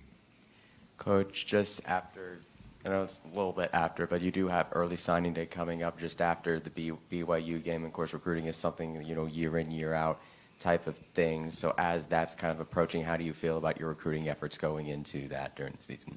Yeah, it's hard to admit, but if you only have a year to recruit, you're still a little behind. A lot of kids are making decisions earlier. I feel good about where we are. Wayden's a good example. He's in the back. Bellamy, we went and found and got in the portal, and we're really glad we have him. Wayden was recruited by the last staff. We're really glad we have him. As much as we can build our program through kids that we recruit and bring in and pour into, we at least need a core of those kids, and that's what you get out of high school recruiting. So we're excited that we're able to have a little bigger class this year and some kids that we think have a ton of potential and we're excited about. And then you can just fill in the gaps. But it's got to start there, and certainly the efforts this year, even though we got a late start on it, are going to be important to us going forward. What are your early impressions of BYU and the challenge not only their roster presents, but also the potential kickoff conditions? Yeah, I can talk about the kickoff conditions in a second, but it's a good team. They're probably the biggest team we've played for sure up front. Their linebackers are big. They just have a lot of grown men on the team because of age and just body types that they have, and I think that's what they're recruiting to. We got to be ready for a physical game, and I'm excited about that. That's a really good test for us. As far as conditions, I loved playing in the snow. It's supposed to be, I don't know, high of 40 or 38 or something. That's not cold. I played in Green Bay one year, and I don't think it saw 20 for 6 weeks. That's cold. This isn't cold, so I'm not going to even let the guys think that way. 38 degrees, 35 degrees. It's fun when there's a little snow coming out of the sky. If somebody doesn't want to play in that, then I don't really want to coach them. So altitude is another thing. It's now scientific, I guess, that the less time you spend in altitude, the better. And I've played in altitude before, and it's like you get winded in warm-ups and then you never notice it again. So we just need to ignore all those things and go play football, and I expect I have a lot of kids that'll do just that. Kind of on that point, do you like players who thrive in this kind of one and done situation? I know like the playoffs still kind of new, and this program's aspiring to get there, but a win and in type thing, is that the kind of mindset or the kind of atmosphere that you want to cultivate with this team and see them thrive in? Yeah, we intentionally don't put any more emphasis on one game than another, but I want people that play like the season's on the line in every game. That's what you want. I've said a bunch of times, we've got a lot of players that think that way and are going to lay it on the line every chance they get, take advantage of every opportunity they get. We need a whole team of them. So because of the situation we put in, there's probably a little more, we put ourselves in, there's probably a little more emphasis on this to try to earn another game. But, if they play harder in that situation, then they weren't listening to us and playing hard in all the games either. So it's a one game at a time thing for us, and this is the next challenge in front of us. Coach, kind of along those lines back here, how do you kind of either emphasize the urgency of this win and be into a bowl game, a huge game on the line, or kind of keep it more even keeled as you've been trying to do all season? No, it's even keeled. We're going to get them up for this game, and I want us to go shoot our shot. But, I'm also not going to be the guy that hangs all these kids' success or feeling about the entirety of this year on this game. We need to prepare as well as we can for this game. That means a good Monday, a really good Tuesday and Wednesday practice. We need to travel appropriately, get our mindset right, and go play as hard as we can, and that's the same formula as it is every game. Coach, you spoke a little bit already about the guys in the back of the room. Can you just kind of expand on the two? Wayden is a freshman coming off one of his best games. Jaden Bellamy showed he's one of the best corners in this conference. Just kind of talk about those guys and the impacts they've made for your team this season. Yeah, start with Bellamy. Jaden and Antoine have stepped into those roles for us, and I think it's the best thing you can say about a corner is I don't worry about them or notice them much in the game unless they make a play, and that means they're consistent and solid and doing their job. He's been a bright spot for us, and really that position's been a bright spot for us. So we're really glad we got him. You know, Waden has, since the first time I saw him, I've been excited about him and really excited about his potential. He cares a lot. Bellamy too. You know, those are two guys that you want to go to battle with because they care. Knew it was just a matter of time for Waden before everything clicked and he started making plays consistently. And I hope and think we saw the beginnings of that on Saturday. Scott, I know you have a little connection with Chris Kleiman over at Kansas State. I don't know if you had a chance to see on Saturday after his game. He got pretty emotional and had to be comforted by the AD, talking a little bit about the passion and wanting to win so bad. What does it say about coaching, I guess, in general, to have that much passion and to kind of put so much on the line week in and week out? Yeah, people don't realize when they're yelling at guys like Chris or me or any other coach out there how much we put into it. And there's no fan that cares more than we do. There's no fan that cares more about the players than we do, that wants to win worse than we do. You know, sometimes you got a great situation and it's easy. Sometimes it's a lot harder and you may or may not get there. But you know, Chris has shown he's a really good guy and a good coach, and he's won a lot there. And it's hard to win every game every year. And I think people are a little impatient. And he's a passionate guy. I got a ton of respect for him. He's a really good coach. So I'm not surprised when coaches have emotional outbursts. On top of everything, we're really tired this time of year because it's 14-hour days for 4 months without a day off, except maybe on a bye week.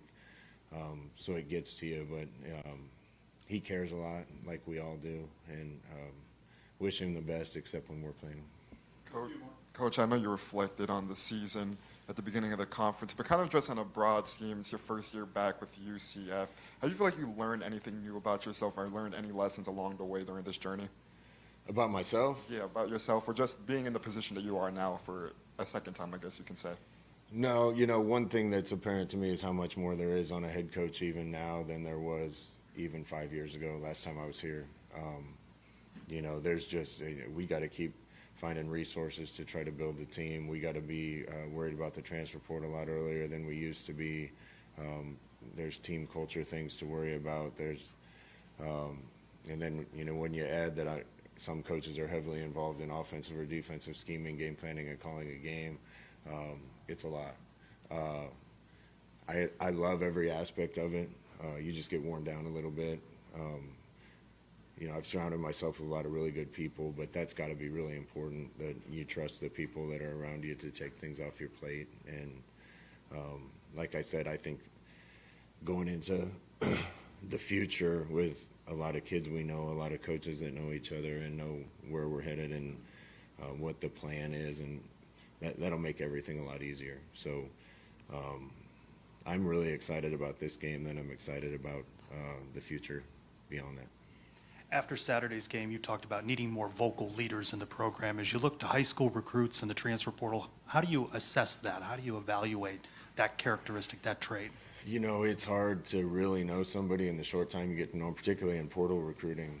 You kind of come down and interview them and show them around.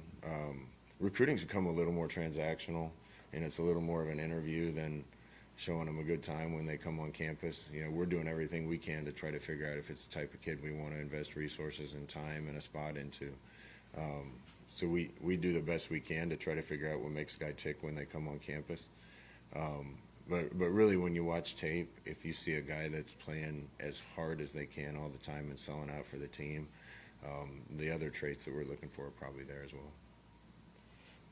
Coach, with following last game, Dylan Wade ended up taking over as the team's leading receiver. Just to talk a little bit about him and what's it like when you have a tight end like that that's able to step up in the receiving department?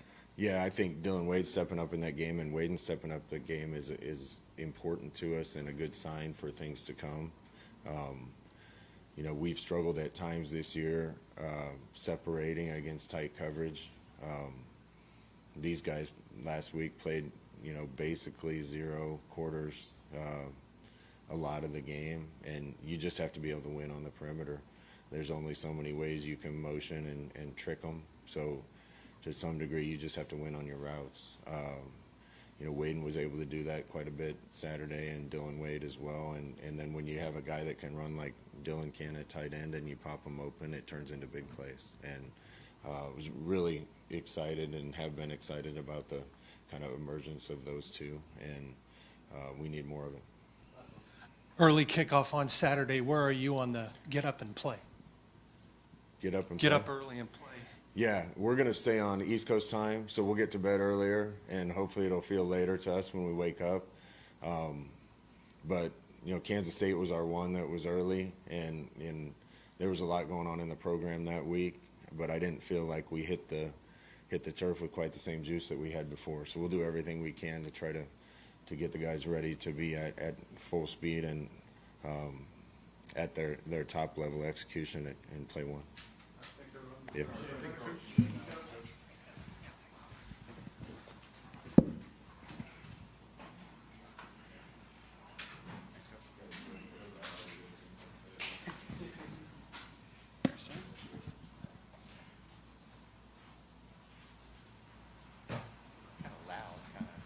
Echoey. Wide receiver Wade and Charles. How y'all doing? Good. How are you, Wade? Good. How you doing? Yeah, we talked to you, I think, before the season and early in the season, and you were a young guy, a true freshman, just trying to kind of figure it all out. But now that you've gone through a full season, you're coming off your best game here. Do you feel like a freshman anymore? No, not really. I feel like I've been played enough games to get accustomed to it, seeing a lot of defenses, seeing how defense reacts to a lot of things and the way my team reacts and stuff, so I feel like I don't really feel like a freshman anymore. Wade, what does it say about this group, where you guys started from, fresh faces, 70 new players, things like that, the ups and downs you've had this season, to be coming into this game where you have a chance to actually possibly be bowl eligible? What does it say about this group going what they've gone through this season? It says a lot about our fight. You know what I'm saying? Like, all season we've been fighting, even when things go bad. The main thing is just this season is how we're going to react to adversity. And I feel like we did a good job of that throughout the season. Like, whenever things went hard or whenever things were good, we continue to fight. And I think that's the main thing that really kept this team together and allowed us to have this chance right now. Wade, and we were just speaking with Coach Frost, and what does that do for your confidence, and how do you react to it when he says that you're the kind of guy they want to build a program around? It does a lot to my confidence. I'm a very confident person because I'm very confident in myself because I know the work that I put in to be able to do the things I do. But when it's coming from your head coach or people on the team, that does a lot for your confidence because that means that they have a lot of trust in you to go out there and do what you're supposed to do. Did you see yourself having as big of a season this year as you've had as of recent, these past couple games? Yeah, definitely. I did. I came in here with high expectations to come in and help this team right away, and they gave me opportunities to do that, and then that's what I'm just going to keep doing. You talked about not feeling like a freshman. How has the speed of the game changed over the course of the season? Yeah, it definitely has changed a lot. Yeah, we started off playing against some good teams and stuff like that, and then we started getting to conference play, so we started playing against like more tougher opponents. So it definitely did change a lot, but it's nothing that like I don't see every day in practice going against like great guys on defense. So yeah, but it has changed a lot though. How has facing your defense in practice helped make you better? Oh yeah, it definitely does make us better. Like Coach said, we got a guy there in the back, Jaden Bellamy. We go at it every day. Jaden Bellamy, Antoine Jackson, DJ Bell, a bunch of great corners, and then our D line. Like, imagine trying to run a route and then you got D line running after the quarterback. Like, you got to get open fast. So it definitely does make you a better player and helps you perform well in the game. Wade, what's the difference between the Wade and Charles that first stepped on this UCF campus versus the one we're looking at right now? I think Wade and Charles, he's more mature. He definitely has grown over these past couple, like 10, 11 months. He's seen a lot, and he's put in a lot of work, and he understands what it takes now to be great. Frost just said you won some one-on-one matchups against Oklahoma State. So what improvements do you think you've made physically and also in technique to be able to be a guy that can beat your guy one-on-one and work your way open no matter what the coverage is? Definitely just having patience. Try not to like go out there and just rush anything. Just see what they're doing, see how they're playing me, and that just gives me a way to see how I can attack them. The season comes down to one game to reach the postseason. Do you feel eager for kind of a winning-in type game? Do you like that kind of pressure, and how do you think this team's going to respond to having one game really for it all for the season? Yeah, I kind of do like pressure. There's this thing I be saying a lot. I tell people like pressure is my middle name because like I like pressure. I like thriving under all that stuff like that. So I feel like this team, we've been doing it all season, so why not do it now? You feel me? Like, it's a big game, yeah, but it's only a big game because it's the next one. So we're just going to go out there and play it like any of the game we played this whole season. How much confidence do you feel like the offense gained from the way that you guys closed on Saturday, being able to come back from 14 down and getting the game-winning field goal? Yeah, definitely. We've always had a lot of confidence in our scheme that the coaches plan for us, Coach Coop, Coach Frost, and all those guys. We always have a lot of confidence, but we just need to make sure we start fast and play a complete game. Wait, and Coach Frost was just saying he doesn't want you guys to have more emphasis on one game versus another, but arguably there's already an emphasis on this game being bowl eligible if you win this, a huge matchup against a top opponent. How do you kind of approach that? Just like I said, it's only a big game because the next one, so we just got to go out there and play it like it's a regular game, go hard every single play. Just because it's BYU, you know what I'm saying, don't mean we got to play them any type of different way. We just got to go out there and play our game.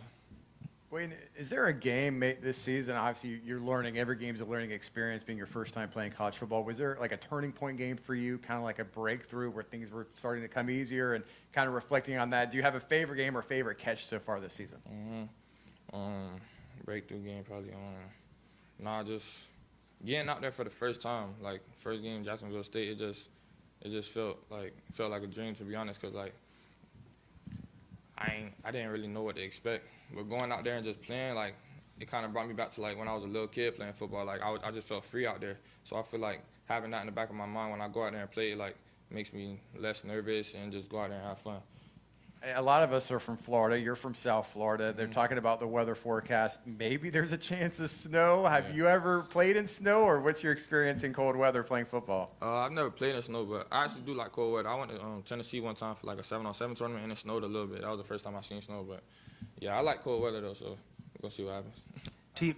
Team has struggled on the road. Why is the road game so challenging? Like I said, man, we just got to start fast. Just like Coach Frost was saying, there's some games where we probably play good second half, play good first half, but we just need to come together as a team and play a complete game, because that's what's going to win these tough games against tough conference opponents. I know you were speaking about when a game stood out to you. Was there a moment you realized that you belonged to be at the Big 12 level just as a freshman, though? When I first got here to UCF, when I was competing against those guys and seeing that I can really win against these guys and show that I can be a great player, is really when I first got here that really set in my mind that I can be a great receiver. What are you most thankful for this year? I'm just thankful for the opportunity I've had coming here, the opportunity that the staff gave me coming in, allowing me to showcase my talents, and just to be able to help this team out in a big way. Wayne, you're now coming like close to the end of your freshman season. We got early signing day coming up really soon. Now that you've kind of experienced most of a year as a freshman, what can you say about the way that Coach Frost, treats his freshmen that these are new early signees you can expect once they sign with the program? He treats everybody the same, no matter what grade you're in, what you look like, any of that. He treats everybody the same. Everybody has an equal opportunity to go out there and showcase their talent and show why they'll be able to be on the field. So for anybody in high school, anybody coming to UCF, want to come to UCF, it's just like probably any other place. You're going to have an equal opportunity to do what you got to do. So I appreciate it.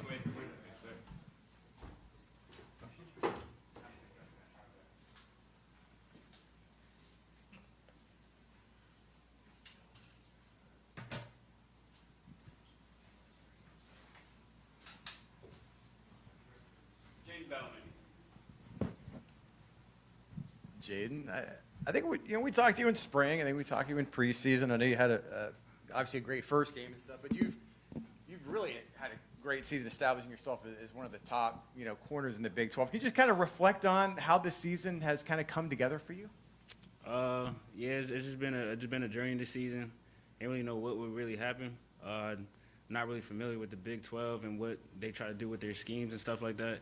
So I just came to the season trying to do my job to my best ability, to my 100%, and just don't chase plays. The plays are just gonna come to you, and as we've been seeing, the plays just come to me, and I just make the play. Jaden, what does it do for you when you hear your coach talk about how you guys can be, you and Wade and guys like you could be, really cornerstones for what they want to build here at UCF? It feels great. I mean, I feel like I try to lead by example with the team. I try to do everything right, be on time, I try to help my teammates learn the scheme, whatever it may be. Just try to help my teammates. So I feel like him bringing me up as a leader for next year, and for the young cats, just help everybody out. Jaden, where did you think you took the biggest growth this season, especially taking a role as one of the lead cornerbacks in the team? I really just say my confidence. I feel like just having a chip on my shoulder. I always kept the chip on my shoulder. And, I just felt like coming into Big 12, I feel like just trying to make a mark for my name. I feel like I've been doing that, and I feel like I'm just trying to establish my name and just get it out there. What is that chip on your shoulder? Why do you carry one? I just feel like no one doesn't talk about me enough. I feel like people don't talk about me enough, so I just feel like I just gotta show it on the field. What are you most proud about of your growth and development over the course of this season? Say it again? What are you most proud about the growth and development you've shown over the course of the season? I guess just the leadership in our room. I feel like I talk to the safeties and the corners, just seeing my thoughts from my perspective. So I feel like it would just help everybody out, seeing what they would see on the field. For example, if I see something on the field, I would tell Antoine Jackson or DJ Bell, and they trust me, and I watch a lot of film with them. So I feel like they wouldn't not trust me. So it's just stuff like that. How has that changed as you've gotten to know guys better and they've gotten to know you better? It's been actually great, because I feel like it just makes us come along all together. Like with Phil catching his 3 picks, I feel like even the day of that game, he's watching film that day in the hotel while we were just having our break. So I feel like everything just goes hand in hand. Jaden, what was it like to watch Braden Marshall come back to the field from his injury and then come up with such a big play to seal the win? It means a lot. I mean, he was out for a game and then like a game and a half, so I feel like that was big for him. Coach Grinch did a good job calling a great play, and he was just over top and just had to make a pick.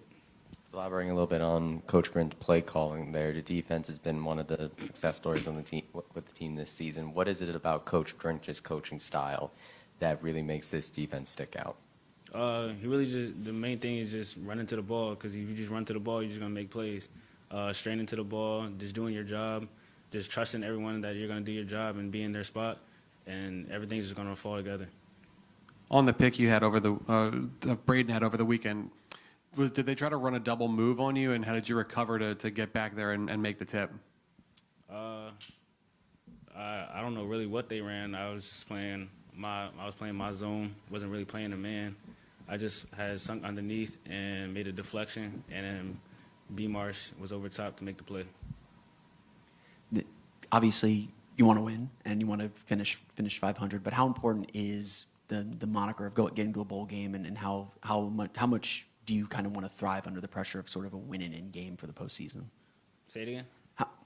How much do you feel like you guys can thrive in this sort of win-in game for a postseason spot? I mean, I feel like getting that 6th win would mean a lot against a good team, because they're trying to get into the Big 12 championship, and I feel like that would really make our mark for the bowl game and then the next year going into the following year. So I feel like that would be a lot, and I feel like we can do it. We just all got to be disciplined and do our job, and everything will just come together. Jaden, what bowl games have you been to? Boca Raton, and then I didn't really go to the next year bowl game, so I didn't.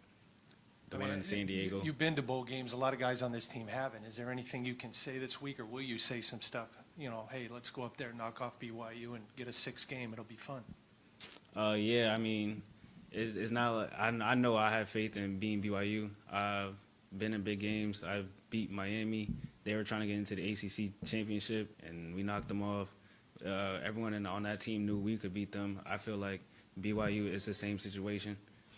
Being them, they're a good team. Everyone's beatable, though. So, I mean, we just got to beat them, be disciplined, and yeah.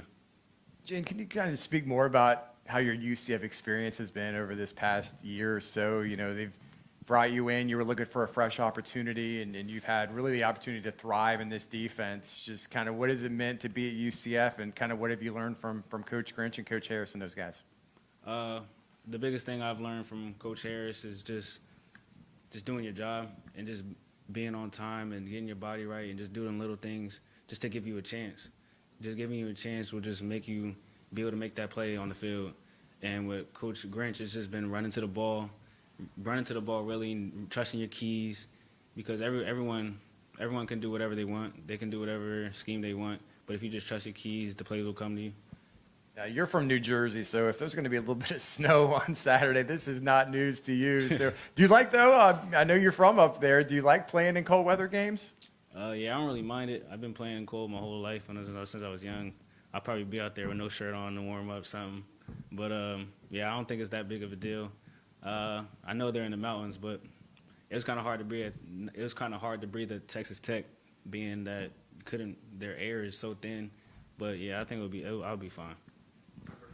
Jaden, does you mentioned Texas Tech? Does having the chance to play a top 10 team on the road like a Texas Tech, does that help you guys in this situation maybe? Because did you learn anything maybe from that game you could take going into this one against BYU? Oh yeah, for sure. I feel like Texas Tech, we just came out really, really slow, and I feel like they just were more physical than us on our side of the ball, and I feel like we just got to run to the ball. I feel like that was just a bad ball we put out, and we won't play like that again. That's all. What's the confidence and the mindset going into this game, knowing that you guys could pull off a big upset win? Just going in there and just beating them, and just being disciplined. We know BYU is a disciplined team. They're big, they're fast, they're strong, but we could do the same thing. You just said we won't play like that again. What has to change for the defense to come out faster and play more aggressive?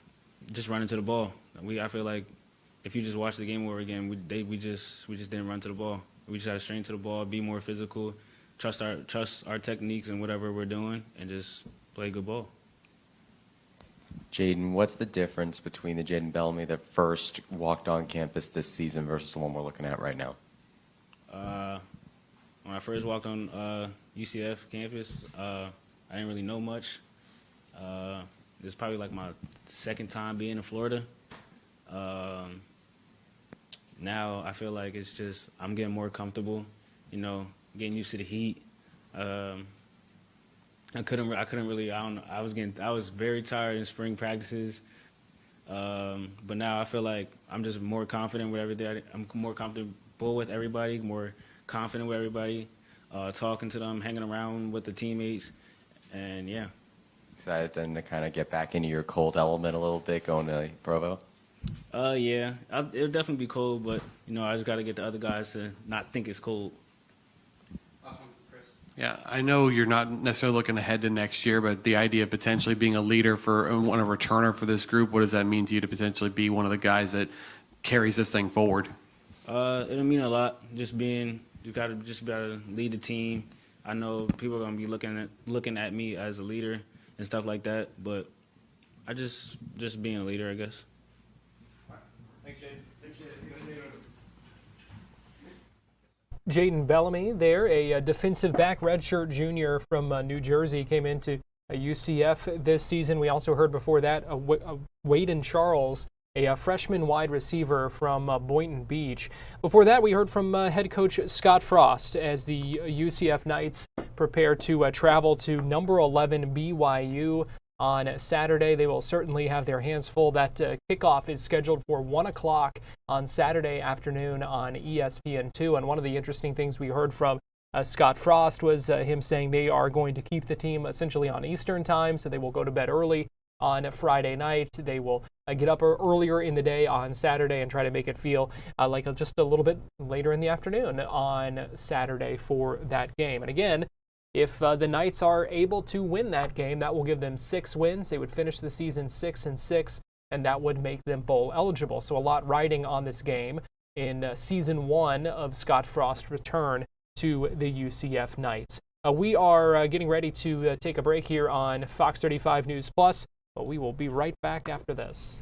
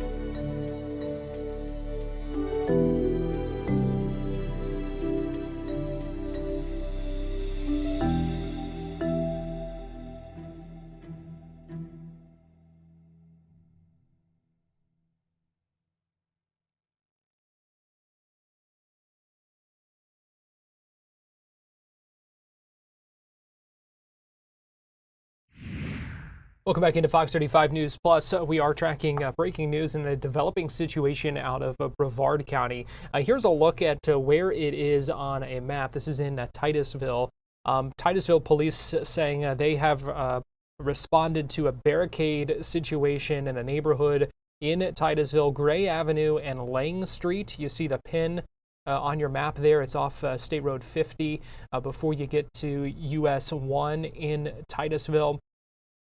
South of town there. And just to give you what we don't know what exactly the situation is, but we know Titusville police first responded about an hour and 20 minutes ago, hour and a half ago.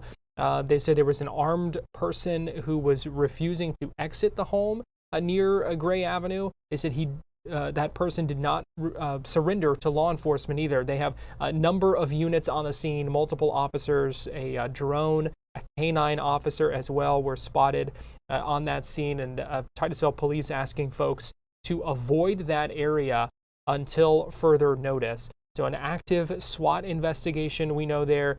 We don't know how many people might be involved in this, how many people might be inside or anything like that. We are working to learn some more details, but wanted to let you know we are monitoring that at this hour here on Fox Local and on YouTube. Also, want to bring your attention to some breaking national and international news. This post on Truth Social from President Donald Trump just about 8 minutes ago, where he announces that he will be traveling to China in April to meet with President Xi, saying he just had a very good telephone call with him. We discussed many topics, including Ukraine/Russia, fentanyl, soybeans, and other farm products, etc. We have done a good and very important deal for our great farmers, and it will only get better. Our relationship with China is extremely strong. This call was a follow-up to their highly successful meeting in South Korea 3 weeks ago. Since then, there's been significant progress on both sides in keeping our agreements current and accurate. Now we can set our sights on the big picture. He goes on to say, announcing that visit to Beijing in April and then offering to bring President Xi for a state visit in the U.S. later in the year, so in 2026.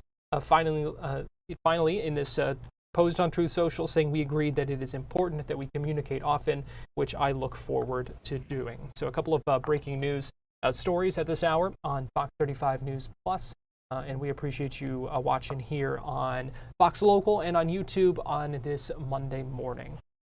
A convicted cop killer is being assigned a new attorney after a hearing on Friday. Markeith Lloyd, who was convicted of the 2017 killing of an Orlando police officer, was in court on Friday, and his current attorneys, or his attorneys at the time, wanted to withdraw from the case over threats of violence they say they had gotten from Lloyd in a court filing.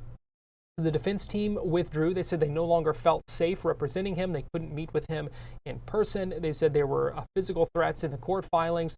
We also know he has a history of courtroom outbursts. In fact, in court on Friday, we heard Lloyd express his frustrations with the defense attorneys, saying, I'm done with them. He said they're trying to sabotage this case. And also at the end of the hearing, as court was adjourned, Lloyd, even at that point, was making additional remarks while bailiffs were escorting him out of court. So I do want to play for you a little bit of that hearing. This happened on Friday, but interesting to kind of watch how it all played out as Markeith Lloyd, the convicted cop killer who is sitting on death row at the moment for the 2017 killing of Orlando Lieutenant Deborah Clayton, how this kind of all went down. He's being assigned to new attorneys, but I want to get you inside this court hearing from Friday, and so you can kind of see how this all happened. Here's just a portion of that hearing.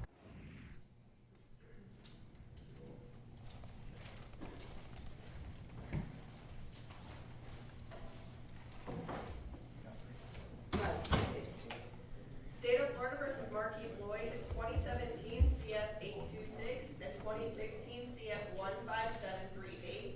State. Rich Schwarzman, designated Assistant State Attorney. Defense. Mark Lloyd.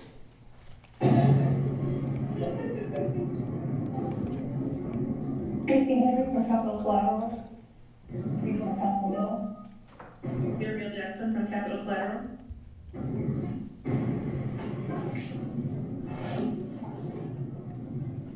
Naomi Nichols, Attorney General's Office. Mr. Lake, you want to introduce and pronounce yourself, please? Mr. Lake, can you hear me? Hear me? Sorry, Your Honor, I was muted. Yes, Your Honor. John Lake on behalf of the JHC.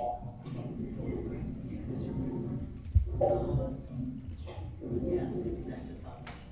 Sir, please raise your right hand. Do you solemnly swear or affirm that the testimony you shall give should be the truth, the whole truth, and nothing but the truth, so help you God? Affirm.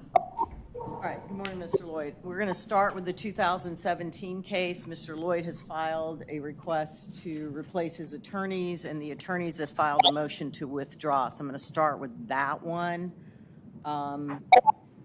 Starting with the attorneys, I don't know who wants to address the motion.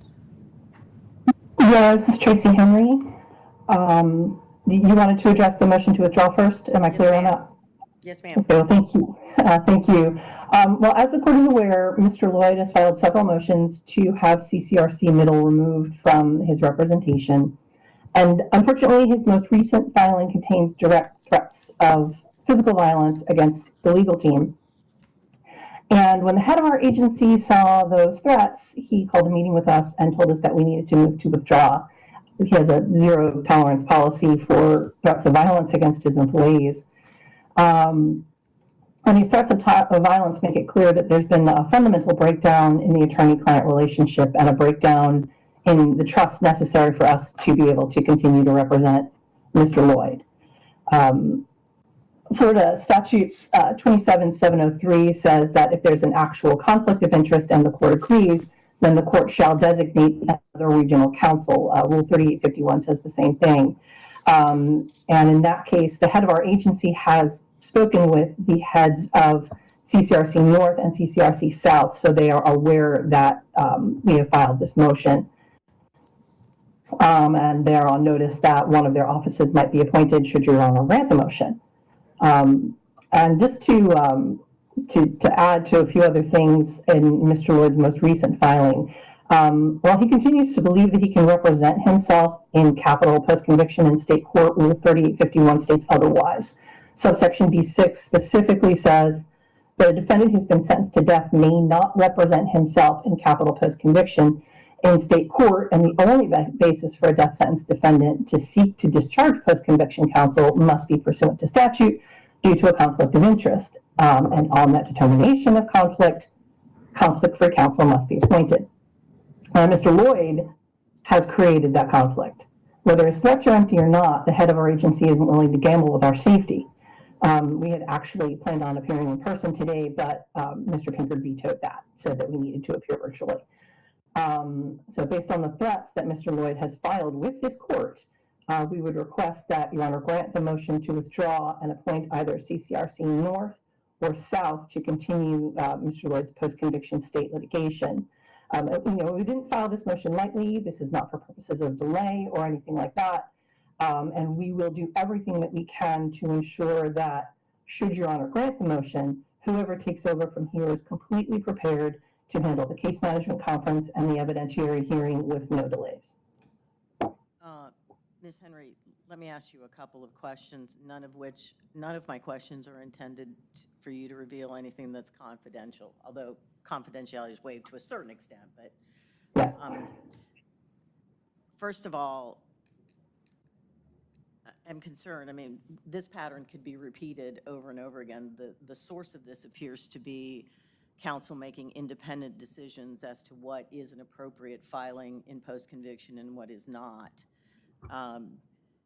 which normally isn't the basis of a motion to withdraw. I realize you all are focused on the threats. Is there some way in which you can communicate with Mr. Lloyd in which you do not feel physically threatened? Let me rephrase that, effectively communicate with Mr. Lloyd. Your Honor, I'm honestly not sure. Right now, we could continue to communicate with Mr. Lloyd through letter or through telephone calls. The head of our agency has, at this point, put a stop to any in-person visits with Mr. Lloyd. the main concern wouldn't necessarily be, because I mean, the heavy lifting is already done. We've done all of the investigation. We filed the 3851. That's all done. Right. It's really just the case management conference and the evidentiary hearing. The evidentiary hearing, Mr. Lloyd is legally entitled to be in person. And that I think is where the largest concern is right now, is just that, we are not the only attorneys in our office who have been on the receiving end of threats of violence. We have not, and other attorneys in our office have actually been on the receiving end of attacks. So our boss is very cognizant of any kind of threat, and is doing everything he can to protect his people. Okay, and you all do not have the ability, put aside the hearing for a minute, you do not have the ability to communicate with him by video, secure video? I don't know if that's something that that UCI would offer us. That's something that we would have to explore. Okay. It's not usually done. Generally, all of our visits are in person. All right. Thank you, ma'am. Mr. Lloyd, do you have a response? Before we hear the response from Markeith Lloyd, we are going to take a quick break here on Fox 35 News Plus, but we will get you back inside that hearing so you can hear his response in just 2 minutes. So keep it here on Fox Local and on YouTube.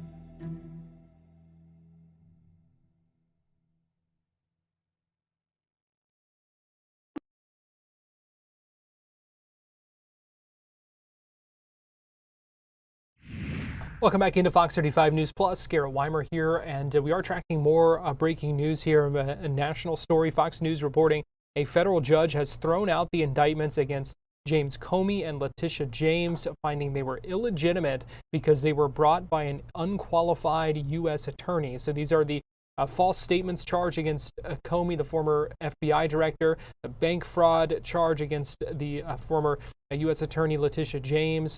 They were thrown out, dismissed by a judge. The DOJ can still appeal those decisions, but we will continue to see what happens. We will also stand by and monitor to see if President Trump responds on social media. So a couple of other things that we are keeping an eye on this afternoon as we now hit 1 o'clock here on this Monday. So we appreciate you joining us here on Fox 35 News Plus.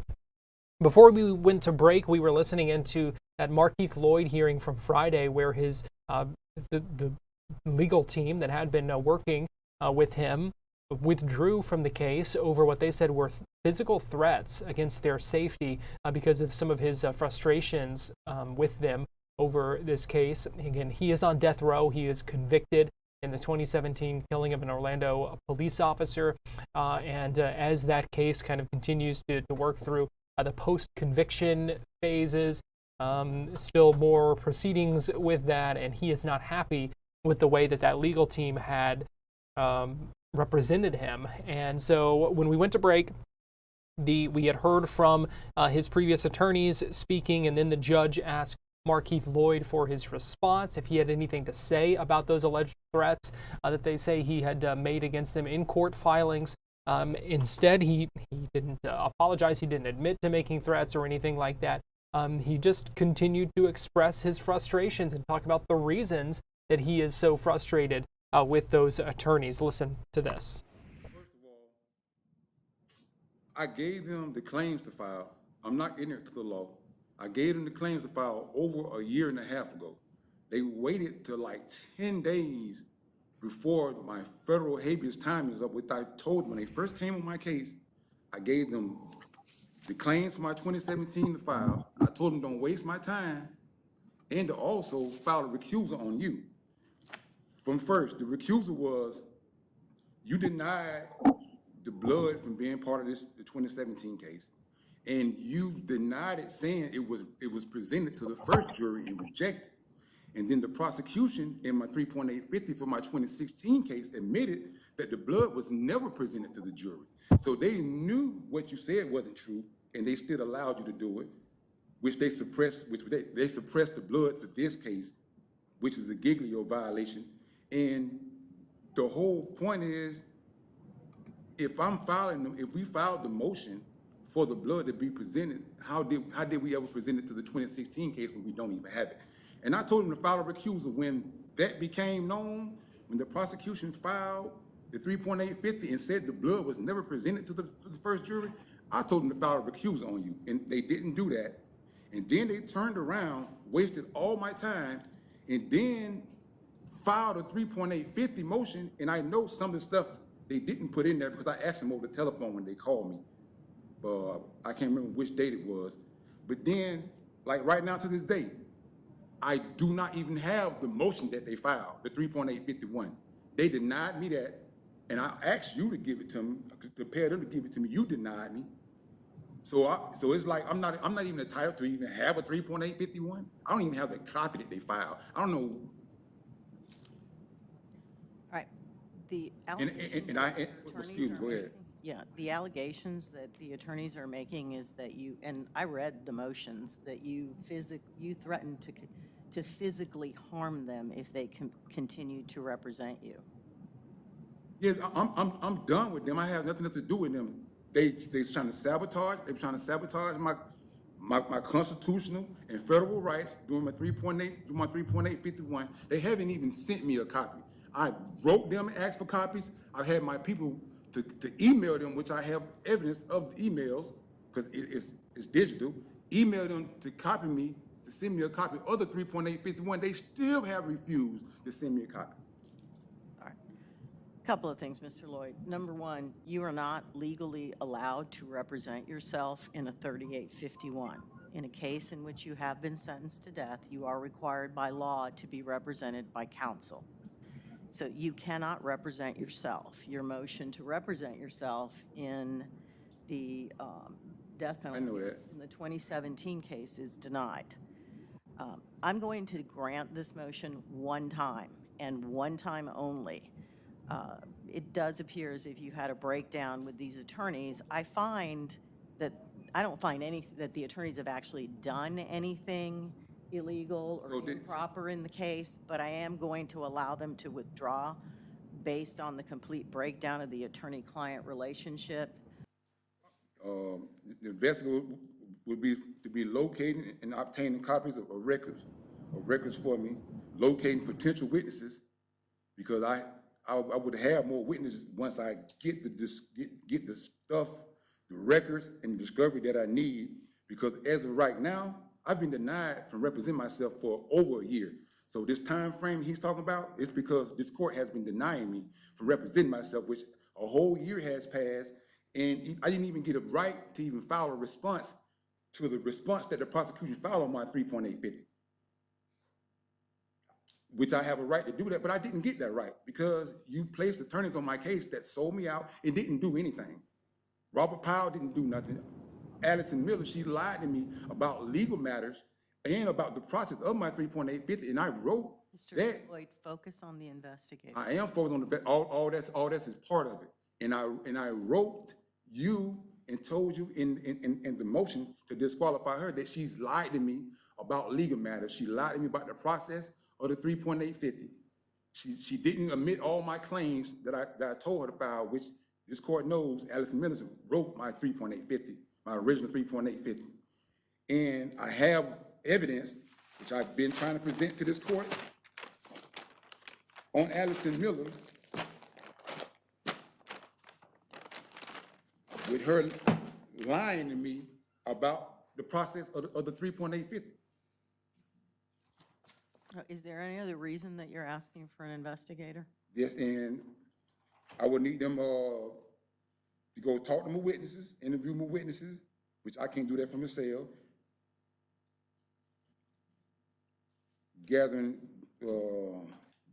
help me gather discovery from my lawyer, the prosecution, which you said I have to ask my lawyer.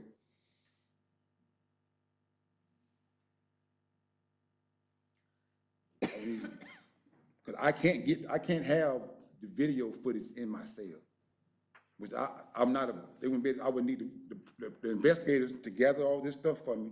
That's part of the problem of representing yourself, but you want to represent And that's what the investigator for too.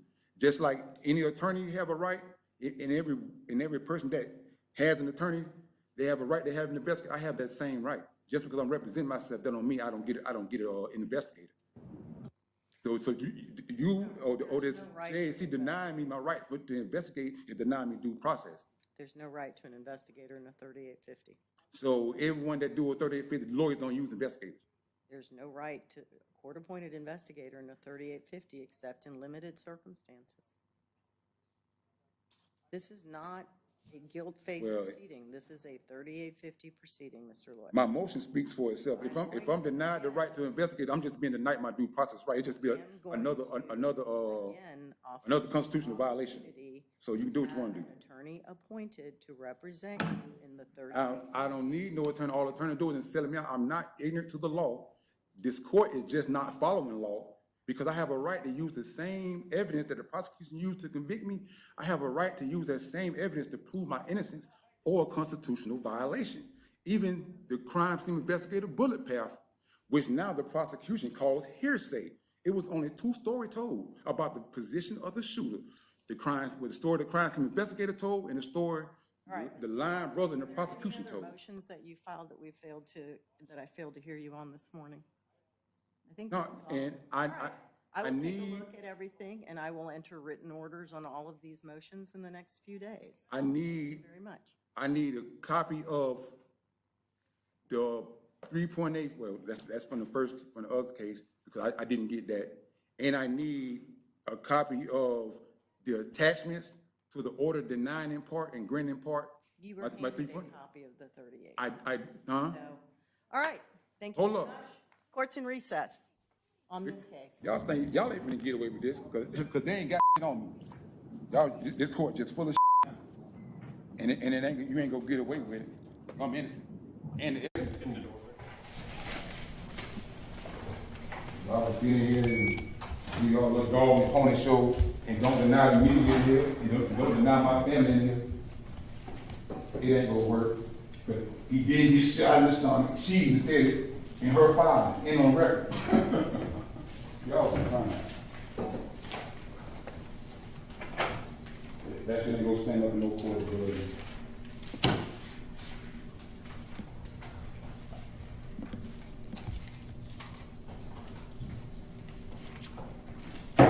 Any sign? Yes, Judge, he's outside waiting. You can get Mr. Bauer back in here. Yeah, I'll fine. You even stay on record that Ramon on got shot in his stomach in the legs, because you seen it on video. I'll be quoting your own words back to you. That's it. It ain't gonna happen. I'm coming home. Markeith Lloyd continuing to speak as he's escorted out of the courtroom on a Friday after asking for his attorneys asked to withdraw from the case. Give you a live look at the Waukesha County District Attorney's Office in Wisconsin, where we expect a news conference shortly about the rearrest of a suspect in the 2014 Slenderman stabbing.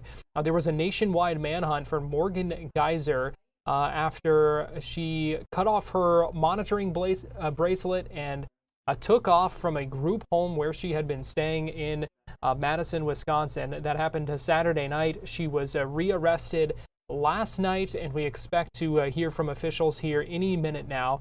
This was a case that captured national attention when it happened more than a decade ago, and back in the news after what happened this weekend. So we are standing by for this news conference any minute now. Right now, we're going to take a quick break here on Fox 35 News Plus, but we will be right back after that.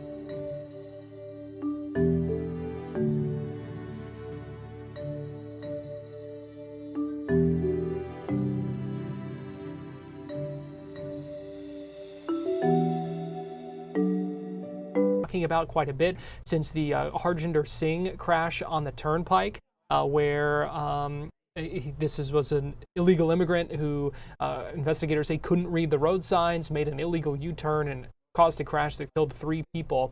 She has introduced the Safer Truckers Act to require lawful U.S. residency and English proficiency for drivers to get CDLs. Let's go ahead and listen in as she speaks right now. My colleagues in the Senate and this president to make sure that we are protecting lives by passing legislation like this. I want to say proudly that the Florida Truckers Association supports this, as well as other associations that want to see our roadways safe. So if you're a commercial truck driver in America, being able to read road signs competently, it should be a minimum requirement. And if these 2 additional requirements cannot be met, funds should be forfeited to states that don't do this. So California and Washington and all of these states that are issuing these commercial driver's license to people who should not be on our roads should forfeit federal funding. It is a safety risk to everyone, and you'll hear more from our Colonel of the Florida Highway Patrol, Gary House, on the things we're doing here in Florida to make sure our roadways are safe. But today is a very important day because I'm proud to say I now have a great partner in the House who is going to spearhead this effort, Safer Truckers Act, to make sure we get this across the finish line. And so with that, I would like to introduce Congressman Greg Steube. Thank you guys, and thank you for being here. It's an honor to be with Senator Moody to work on this bill together to protect our roadways. I want to thank all of our law enforcement officials that are here today and what they do every single day to keep all of us safe. Since 2013, California has handed out more than 1 million generic driver's licenses to illegal immigrants. And we've seen firsthand over the country how they have killed Americans. On November 11th, 2025, 13 days ago in Boise, Idaho, an 8-year-old was killed by an illegal alien who was released into the U.S. by the Obama administration, who was ordered removed by an immigration judge after he failed to show up at his hearing. On October 21st in 2025, in Ontario, California, an illegal alien killed 3 people and injured 4 in a fiery accident while operating a commercial truck while under the influence of drugs and alcohol. And right here in the great state of Florida, where Senator Moody referenced, on August 12, 2025 in Fort Pierce, you saw an attempt to make an illegal U-turn by illegals who shouldn't have been driving a car. By blocking all lanes of the highway with his truck, he caused a brutal wreck, instantly killing 3 innocent people and leaving Floridians' families disaster and reckless. So I just want to commend the senator for joining with us and joining with her to push this bill through the process. I look forward to working through the legislative process to make sure that this bill becomes law. I want to thank all the Florida elected officials that are here today to show their support for this type of activity. And states like Florida, we can't let California mess up our Florida. So I will continue to work hard to ensure that Americans are safe and Floridians are safe. And I want to thank all the law enforcement that's here today. Thank you.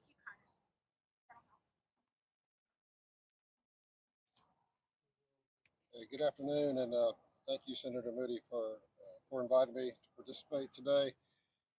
The public expectation for commercial truck drivers are that they're professional drivers, presumably the safest on the road. Earlier this year on the Florida Turnpike, a semi-truck driver made a reckless and illegal decision to perform a U-turn in a clearly marked official use only, no U-turn area, just like it's right behind me, right here. That area, just like the one behind me, no reasonable or prudent person would believe that such maneuver would ever be permitted. That commercial driver's decision this past August had devastating consequences. That semi-truck driver moved directly into the path of a minivan, causing a horrific crash that cost 3 innocent lives that day. What makes this tragedy even worse is what we learned afterwards.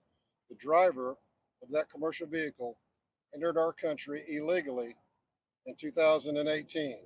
He later obtained a commercial driver's license from the state of California and then operated that commercial vehicle across our country to eventually operating on Florida's roadways, resulting in that horrific crash on August 12th of this year.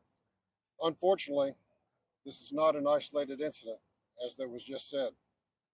Similar tragedies have occurred across our nation, and law enforcement, especially state troopers, we see the consequences of these 100% preventable crashes every day.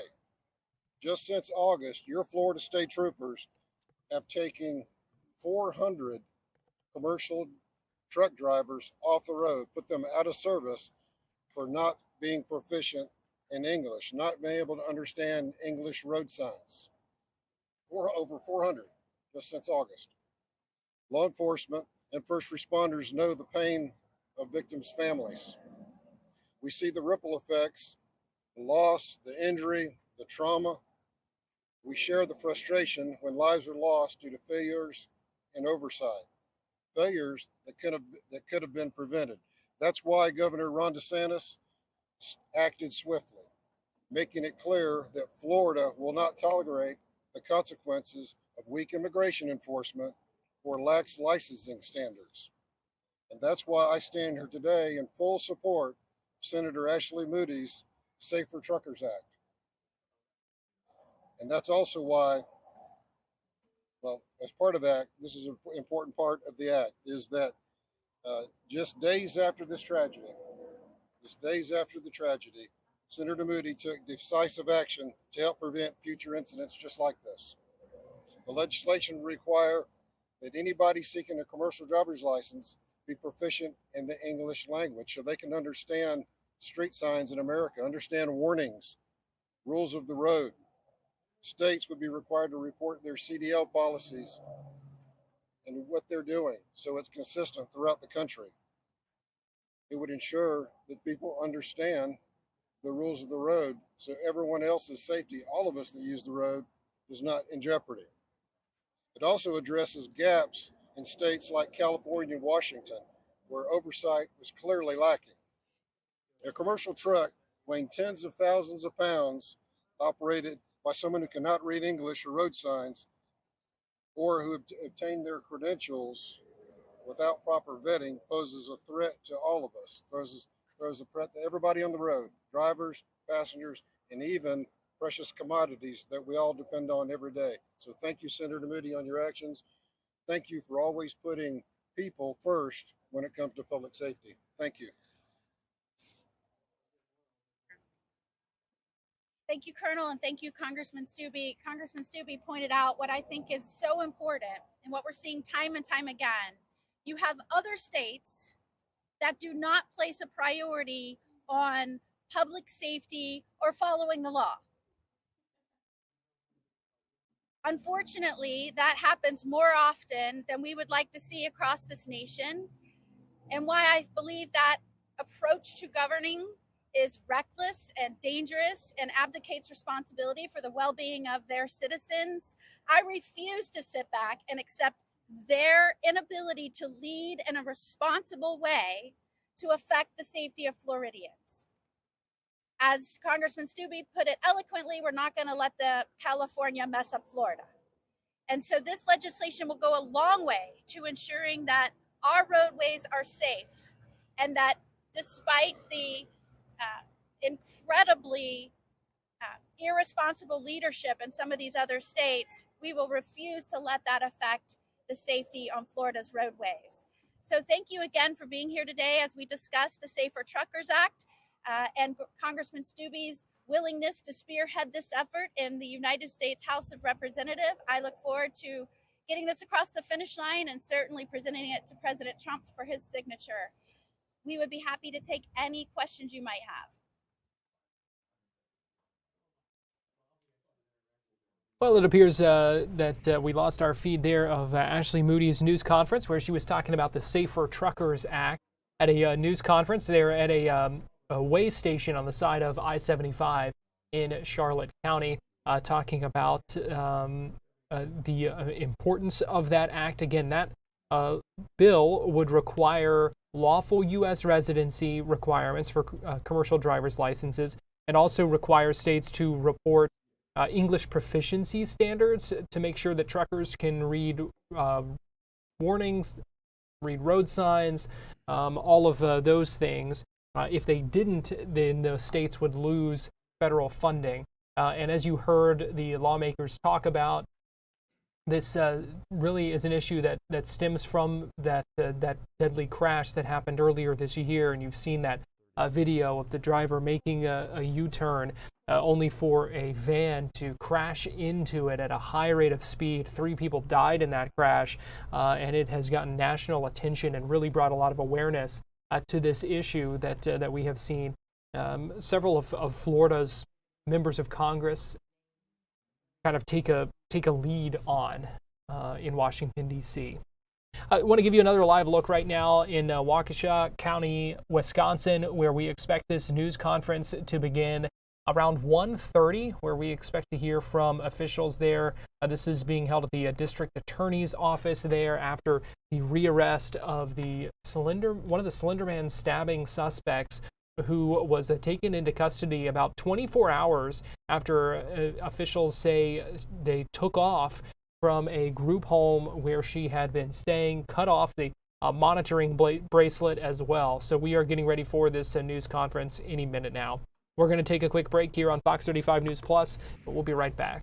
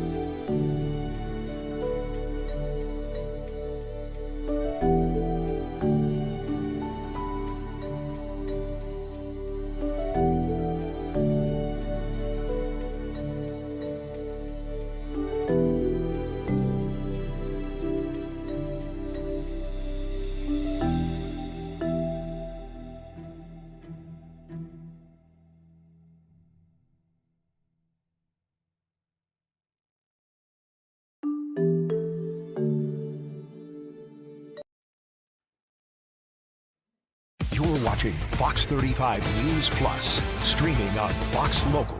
Welcome back into Fox 35 News Plus. Give you another live look in Waukesha County, Wisconsin, where and inside the district attorney's office, where we expect to hear from officials there talking about the rearrest of Morgan Geyser, suspect in the 2014 Slenderman stabbing, who there was a nationwide manhunt for over the weekend after cutting off a Department of Corrections ankle monitor, essentially, and took off from a group home. So we will bring you that news conference. It's scheduled to begin around 1:30, so in the next few minutes, we are hoping that will begin, and we will bring that to you live here on Fox Local.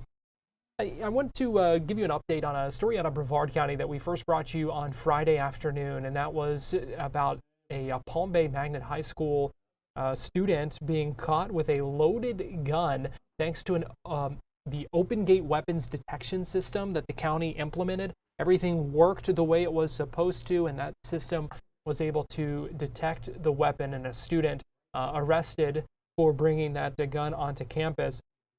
That happened Friday morning. The weapon was confiscated, the student taken into custody. On Friday, we heard from the company that makes that weapon detection system about how things went the way they were supposed to. And today, Brevard County School Board member Matt Susan was on Good Day Orlando to talk more about this case and the importance of having these weapons detection systems on school campuses. Well, this is a big one because, listen, we have heard for years, Matt, and we've all heard it, right, that these detectors don't work. It slows down the entry process for kids getting to school, that it can't be done. The school shootings continue to happen, and we're still trying to figure out how to stop them. This worked. Absolutely, and we are the first school district in the state to actually implement this in all of our high schools with fidelity. I mean, this is incredible what we've done. Everybody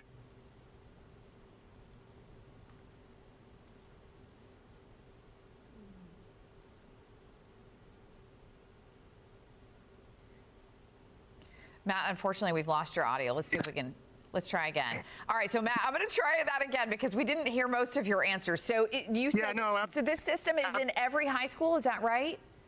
Yeah, we're the first to implement it in every high school in the county or in the state of Florida. So all of our high schools have it. We have single point access at the beginning of school, and anybody that enters throughout the day, Whether you're a contractor, a student, a staff member, anything, everybody has to go through that, and that's difficult. We've made the commitment. On top of that, anybody that actually has like band or anything like that, you have to search all the instruments. And it's been tough on our families, but we're at Brevard, we're security number one. We actually care about our kids. We've banned cell phones. We've done all the things. We've put ID cards in, and that's for the safety of our kids. So, Matt, does the system work similar to just any type of metal detector, like something you would use at the airport? Yes, absolutely. Walk through it, and it actually beeps off. We've got multiple security staff there to recognize when it goes through and then do the search. And this isn't the first time we've caught items coming through here. It's been very successful to keep everybody safe. Matt, what about the cost for this? Because that's, of course, the question any other district is going to ask you if they're thinking about doing it. Yeah, absolutely. The cost is not expensive at all. We actually moved forward quickly with implementing. Where you run into some of the issue is the implementation. And I've got to give my big hats off to all of our staff members who have gone through. This is another thing that our staffs, our teachers, our administrators, and everybody else across the district has set forward as another thing on top of their plate to make sure that students are safe. But the cost is a significantly minor factor in what it does. And Matt, is there a student resource officer or deputy or somebody who is there manning that door so that when that student walked in and that detection went off and there's a gun on this person, that they're able to make an immediate arrest? Absolutely. And the individual that we were talking about was arrested and has been charged, along with all the other ones that may have come through in the past. I want to let everybody know security is number one here in Brevard. If you guys want to, we can actually do a whole mock-up and we can take you through a normal day if you guys would like when the students come back. I'd love to do that with you guys. Yeah, we'd love that too. I think that sounds like a great idea. It was on a Good Day Orlando earlier today. I want to get you to Waukesha County, Wisconsin, where we are hearing from officials right now. Let's go ahead and listen in. Questions you have about what happened over the weekend in Madison should be directed to Madison Police. So I will bring up District Attorney Leslie Basie first to kind of talk about her reaction to what happened with Morgan Geyser. Thank you, Hillary. And good afternoon, everyone. I just found out yesterday about the escape, Morgan Geyser escaping from her placement in Dane County. As Hillary indicated, I'm not here to talk about that investigation. My understanding is that the Dane County law enforcement is investigating her leaving her placement and what occurred after that. What we do know is that she left, she cut off her bracelet, she fled to Illinois, which is where she was arrested yesterday. Any charges, as Hillary stated, with regard to the investigation from her escape would be handled by the Dane County District Attorney's Office. We are grateful for the efforts of law enforcement, not only in Dane County, but also throughout the area, because obviously she was taken into custody in Illinois and is currently in custody in Illinois. In terms of what happens from here, there is an extraditable warrant for her arrest. We are verifying with Cook County, which currently has Ms. Geyser in their custody, as to where we go from here. Our governor's office is also in contact with the authorities to see how they can best handle getting her from Illinois back to the custody of Department of Health Services, which is whose custody she has been in since she was actually committed by the court. With regard to what happens from here, once Ms. Geyser is brought back to Waukesha County, it will be up to Department of Health Services whether they file a petition to revoke her conditional release. We are certainly hopeful that they do proceed with that. We fully support it. We support that she should be in custody. Not only should she have been in custody from 2014 forward, but also Attorney Nicolai argued vehemently for her not to be released to conditional release in, I believe it was January of this year. And therefore, we will be fully supporting a petition if one is filed. Obviously, our thoughts are with the victim and the victim's family during this time. It's unfortunate, but we found out yesterday morning about Morgan's escape. Victim witness was immediately notified of this information. The director of the victim witness unit, Jen Dunn, did reach out to the victim and her family. We were told that they had not been informed prior to Ms. Dunn reaching out to them that Morgan had escaped. And I'm able to verify that when we spoke with the victim's family, or when Ms. Dunn spoke with the victim's family at 12:20 this morning or this afternoon, they still had not been informed by any other agency other than our own that she had escaped, which is very concerning. While she was on the loose, we were very concerned about the safety of the victim and her family, as well as our community. We are continuing to assist them in this process. We are updating them, our office is updating them as to what is happening, but that certainly was a concern that they were not notified of this in a more prompt manner. What we know is that there was a period of time between approximately 8 o'clock on Saturday evening to when she was taken into custody yesterday, in which she was not monitored by any person. She was on the loose and her whereabouts were unknown. So we take this very seriously. Our office will not get involved again in this case until a motion to revoke her conditional release is filed. We will then go back to court. We will fully support that motion and that petition to revoke her conditional release. And we will then go before a judge to make a decision on whether or not she will be returned to conditional release or whether she would be returned to institutionalized care, which is where she came from. And that's all I have at this time. Can you file that motion to have her revoked or not? No, the state, we cannot, Department of Health Services, per statute, has to file that motion. She is in their custody. Can you appeal to them or talk to them and request that? Or? We are in contact with the Department of Health Services, but ultimately it is their decision. So in March, Defense Attorney Tony Cotton said that a group home would have more restrictions in place than Winnebago. Was the DA's office receiving regular updates on Ms. Geiser's time at the group home? And if so, what was that day-to-day like and monitoring like? I do not know what the monitoring was like. I don't believe that we received any updates, although I would confer with Attorney Nicolai. We did not. Obviously, he was misstating the nature of the monitoring that was taking place. So the warrant that you're speaking of, is that issued by Dane County or the state? Or the Department of Health Services did forward that warrant to our intake judge last night, and the intake judge, from what I saw this morning, did sign that. So it's a Waukesha County warrant? Correct. Because DHS requested it? Correct, and because the case is out of Waukesha County, that's why it will come back to Waukesha County for the decision if a petition to revoke her conditional release is filed. All right, and I think that's a little why this is a little confusing, because is there a criminal case in Dane County then? Is that a crime to cut your bracelet off if you're not under a criminal? Certainly is. Again, this is a Dane County decision. As I looked at the statute, it looks like you can escape, be charged with a felony for escaping under a 971 commitment. Also, if there was damage to the bracelet when she cut it off, which I assume that there would be, that would be a crime as well. But again, that's outside Waukesha County's purview. That would be a decision. Law enforcement in Dane County, who leads the investigation, would refer charges over if they believed it was appropriate, and the Dane County DA's office would make that decision. So just to clarify, I apologize. No, that's okay. The warrant that she would be returned to Wisconsin on would be a Waukesha County warrant. She would be returned to Waukesha County in custody? That's what I believe, because it's still under the custody of DHS. But again, this is her home county for charging purposes. Therefore, I believe she will be returned to Waukesha County. At any point down the line, could you guys press any other charges? Not in Waukesha unless we have jurisdiction to charge crimes that occur in Waukesha, and because she was in Dane County, they would have the jurisdiction to charge any crimes that occurred in Dane County. With regards to the conditional release, her violations of that order, which were as a result of a Waukesha County judge ordering it, that would be what would lead to a petition to revoke her conditional release. And maybe Abby could speak to this, I'm not Yes. sure, but what is it that concerns you about her leaving as far as her being dangerous, I guess, or a danger to herself or others, which was the standard, right, that the judge went by, or at least that's what he said at the time?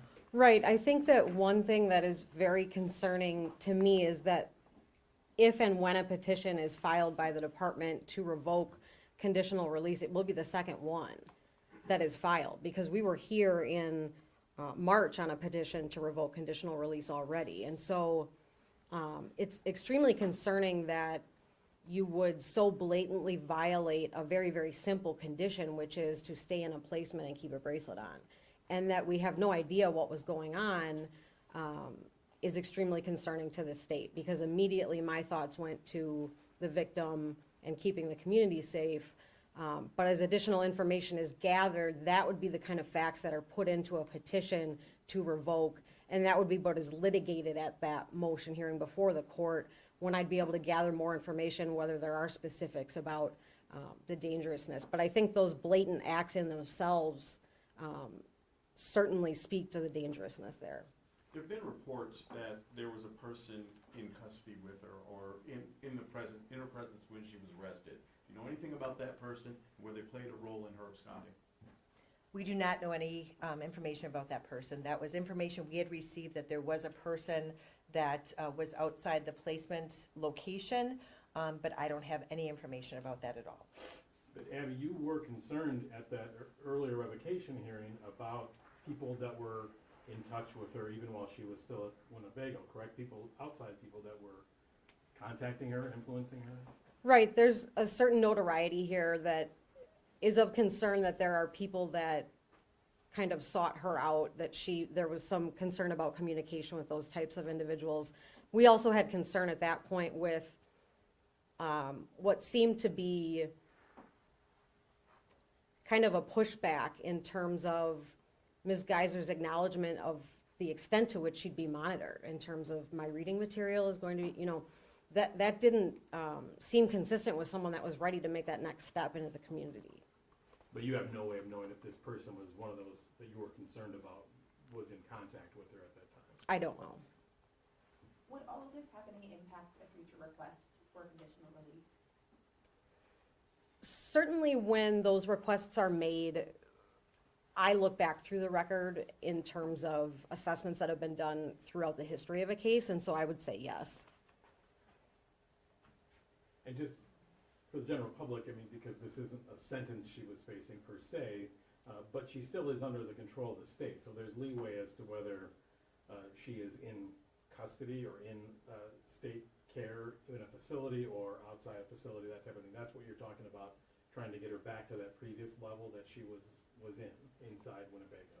Right. Ultimately, if the petition to revoke conditional release were granted, she would go back to that institutional care placement, which would be a hospital facility. Which is more secure, obviously, than community-based facility. Right, exactly. Could you walk us back, just for clarity again, on the process of contacting the Whitener family once it was clear that Ms. Geiser disappeared? Certainly. I can tell you that I was informed yesterday morning about Ms. Geiser escaping from her placement. Prior to me even getting notification of that, I believe Ms. Nicolai and Ms. Dunn, who's the head of victim witness, also received that notification. Immediately, Ms. Dunn contacted the victim and her family to make sure that they knew about it. They did not know anything about it. We wanted to make sure that they were safe and that they had a plan in place.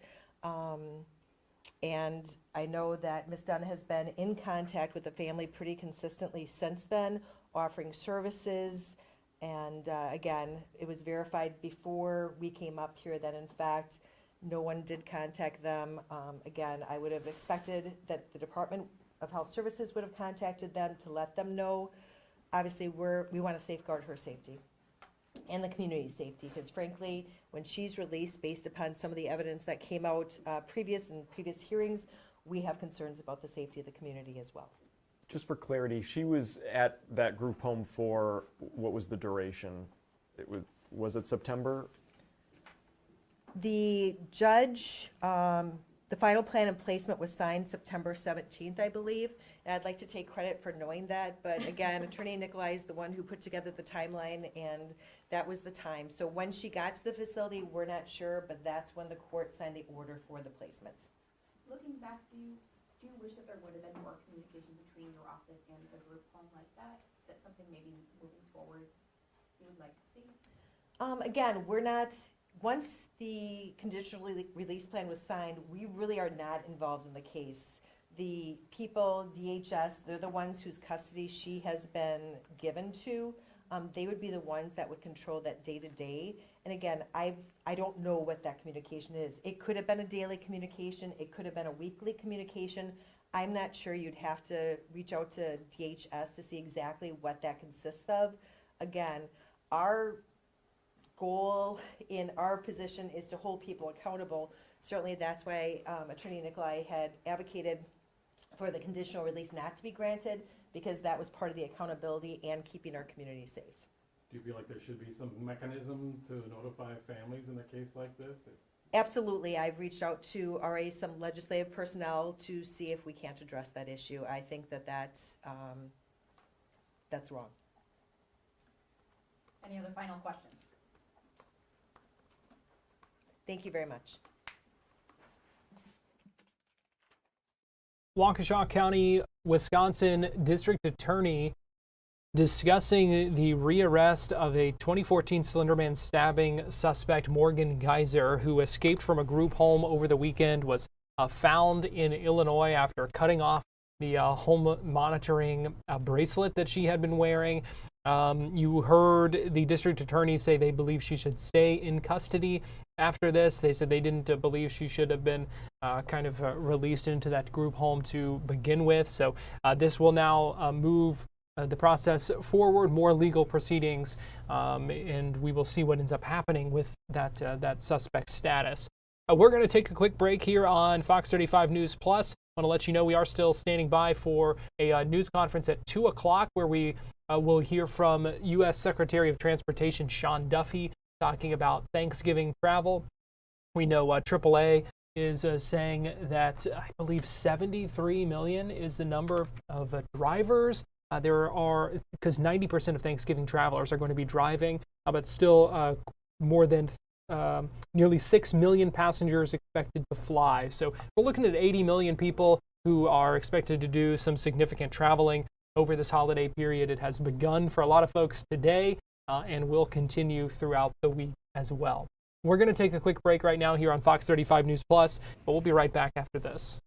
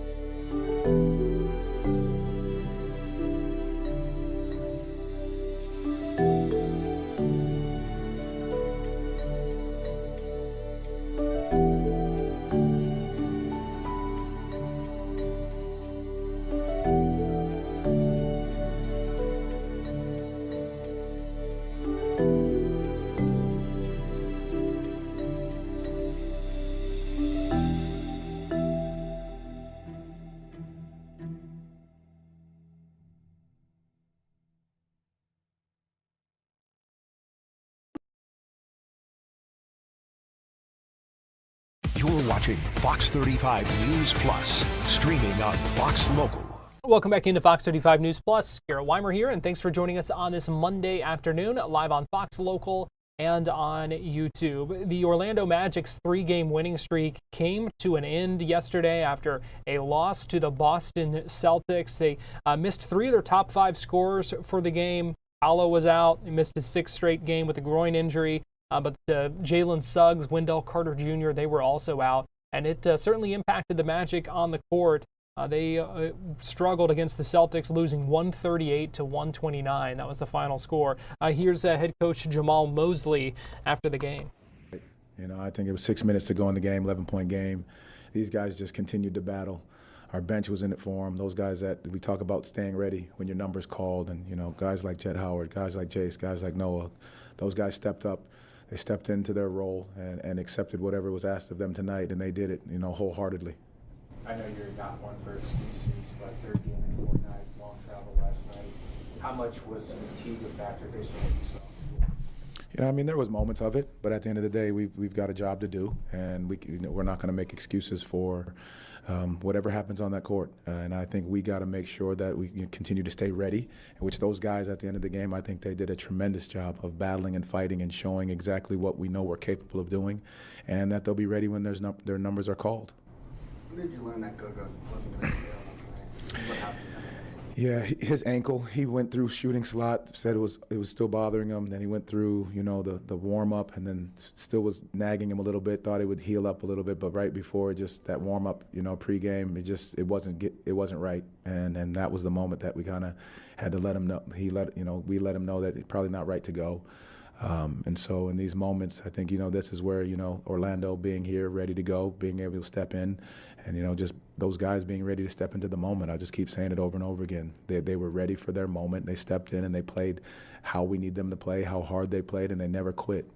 For Jed to have a game like that with 30 points, what can that just do for him moving forward? Well, it just says, you know, you're constantly ready. You just stay ready to get yourself in the game, and when you get in, you know what you're capable of doing. And I think those guys were, you know, supporting him.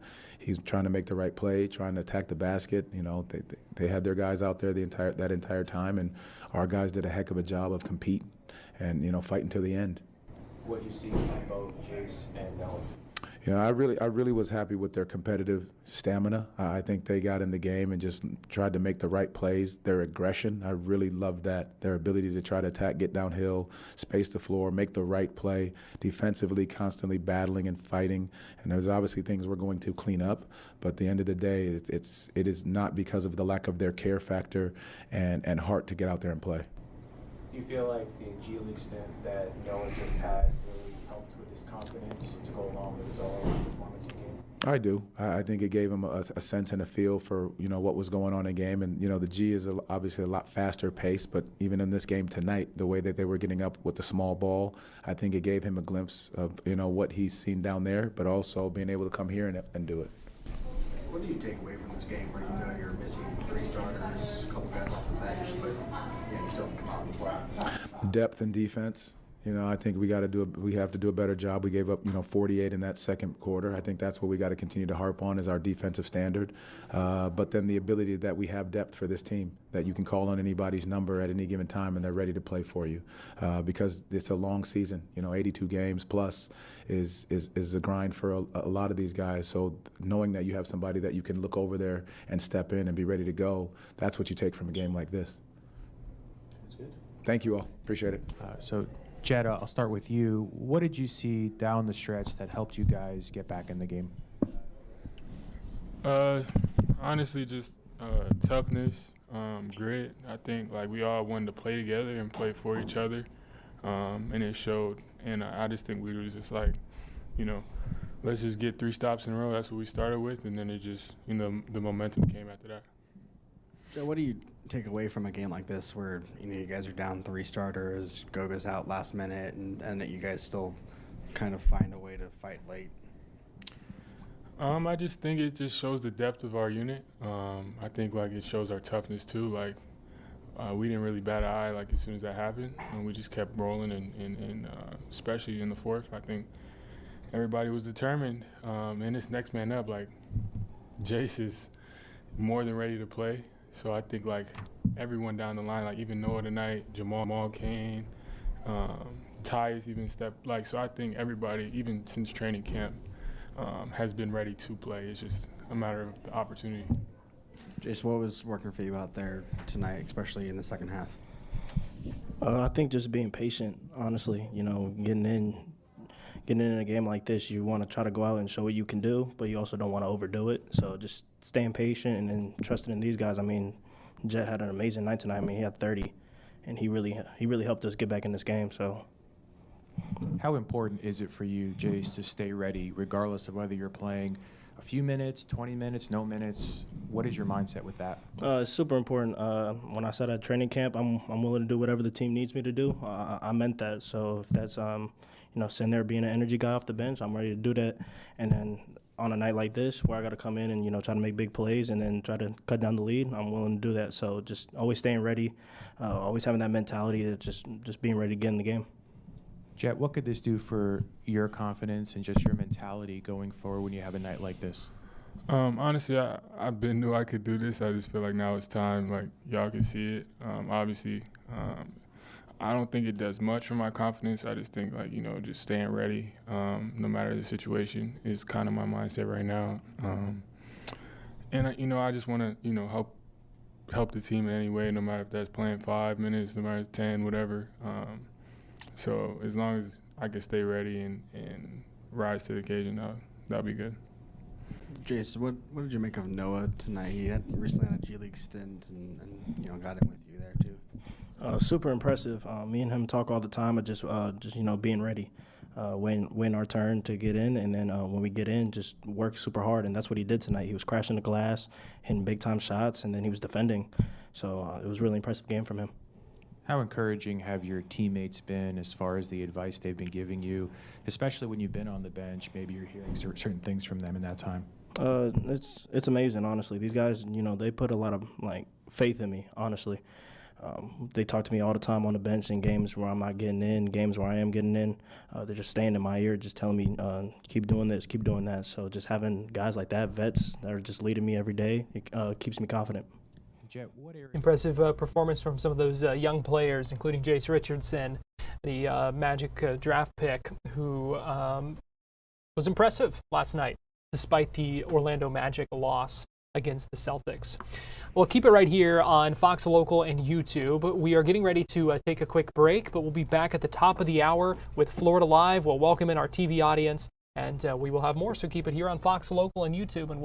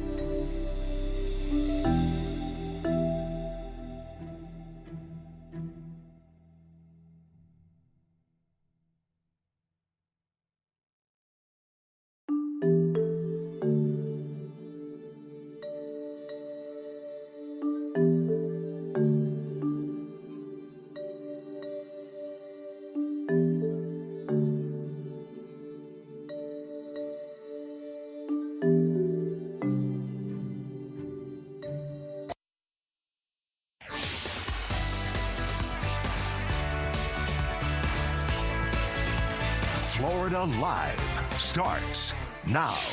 Well, good afternoon to you and welcome into Florida Live. I'm Garrett Wymer and thanks for joining us on this Monday afternoon live on Fox Local, YouTube, and on Fox 35 TV. We begin today with some breaking news and a story that we have been tracking throughout the afternoon. If you've been with us on Fox Local and Fox 35 News Plus, a standoff that's been going on for the past couple of hours in Titusville has ended peacefully. Titusville police saying the subject now in police custody. No one was hurt. This happened at a home off Gray Avenue. Police had been out there for a couple of hours. They say the man had refused to surrender to law enforcement. They had police officers, a drone, a K-9 officer as well. And again, that was about 2 hours before the SWAT team was able to lead the suspect out of that home. Again, thankfully, no one was hurt. Other neighbors in that area are now allowed to kind of resume life as normal in that neighborhood. So just wanted to give you that breaking news update this afternoon. Since we had been monitoring that story for the past couple of hours. A couple of other things we are monitoring at this hour. Let me give you a live look right now. This is a hearing that is going on in Tallahassee as we're hearing arguments over an injunction from the lawsuit trying to stop the upcoming bear hunt. Bear Warriors United is suing the Florida Fish and Wildlife Conservation Commission over this, and the judge again hearing arguments today in Tallahassee, this virtual hearing. This would be the first black bear hunt in Florida in more than a decade. FWC says it's the safest way to manage what is a growing black bear population, but a number of folks are working to stop it, and so this is a hearing about an injunction over that. So we will listen in on that in just a little bit. Let me also give you a live look really quick here on I-4 in Seminole County, Lake Mary. Millions of folks across the country beginning their travel today. We are also getting ready to hear from Transportation Secretary Sean Duffy, who is going to be holding a news conference any minute now at Newark Liberty International Airport to talk about the folks who are traveling, whether it's by car, whether it's by plane for this holiday weekend. So a lot going on, and we've got a little less than an hour left with you here on Fox Local, YouTube, and on Fox 35. But we want to jump in and start today with some new court documents filed in the Anna Kepner case. And again, this is another one of those instances, just like we had last week, where we are learning more details about the investigation into the Titusville teen's death from an unrelated case in a completely separate division of court. I want to bring in Fox 35's Esther Bauer, who has been watching this case closely, been looking over all of these documents. And Esther, new filings again from this custody dispute that continued to shed more light on the investigation into the death of the teen on board a cruise ship. Absolutely. Yes. This is an unrelated divorce custody battle from a previous marriage. This is relating to the mother of the stepson.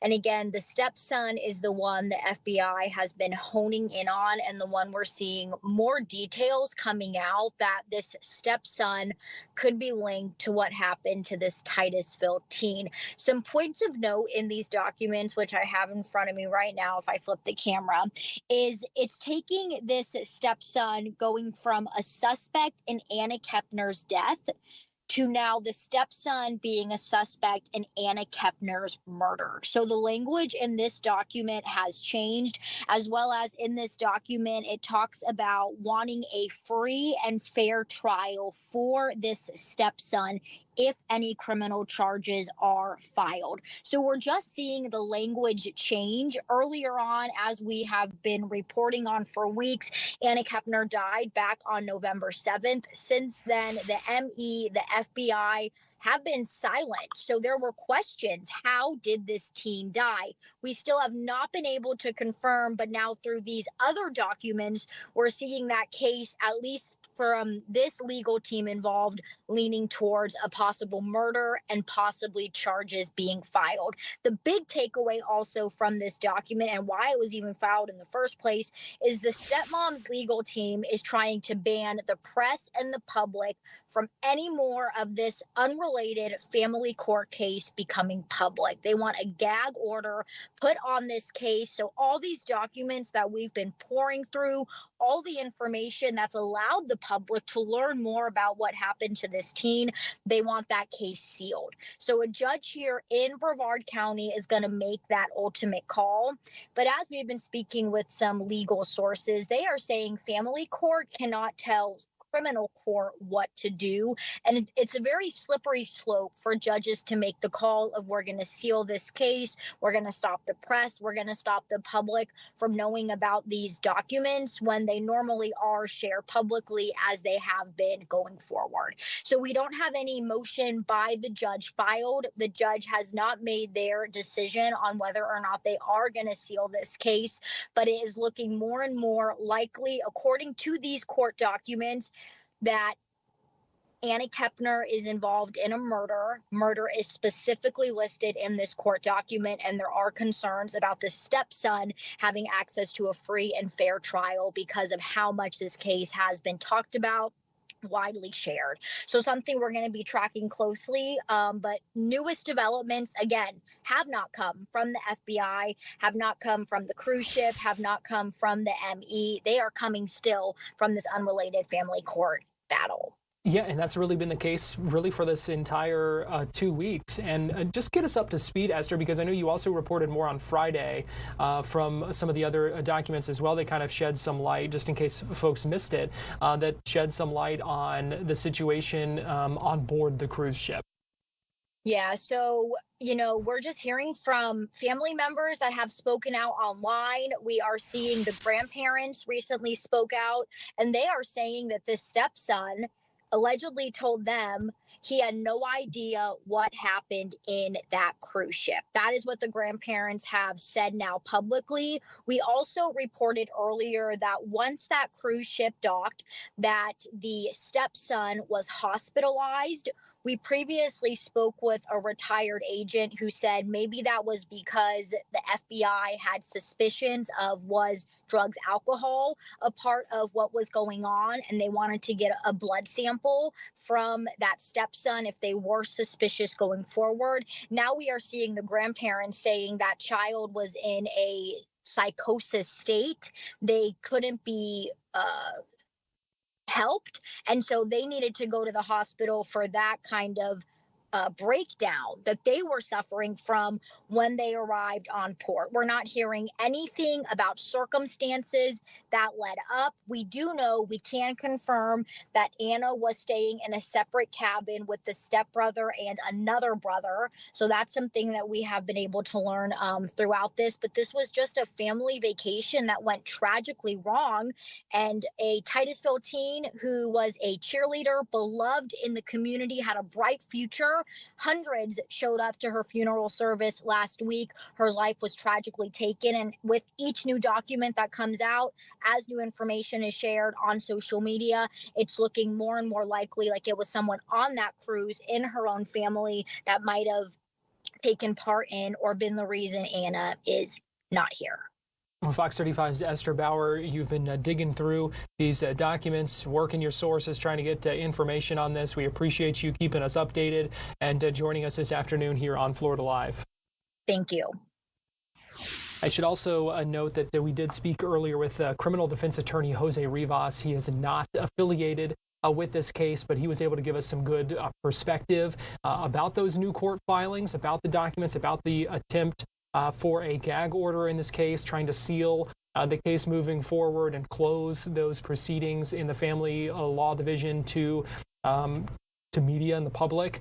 So if you'd like to watch our full conversation on that, you can find it right now on Fox Local and on fox35orlando.com.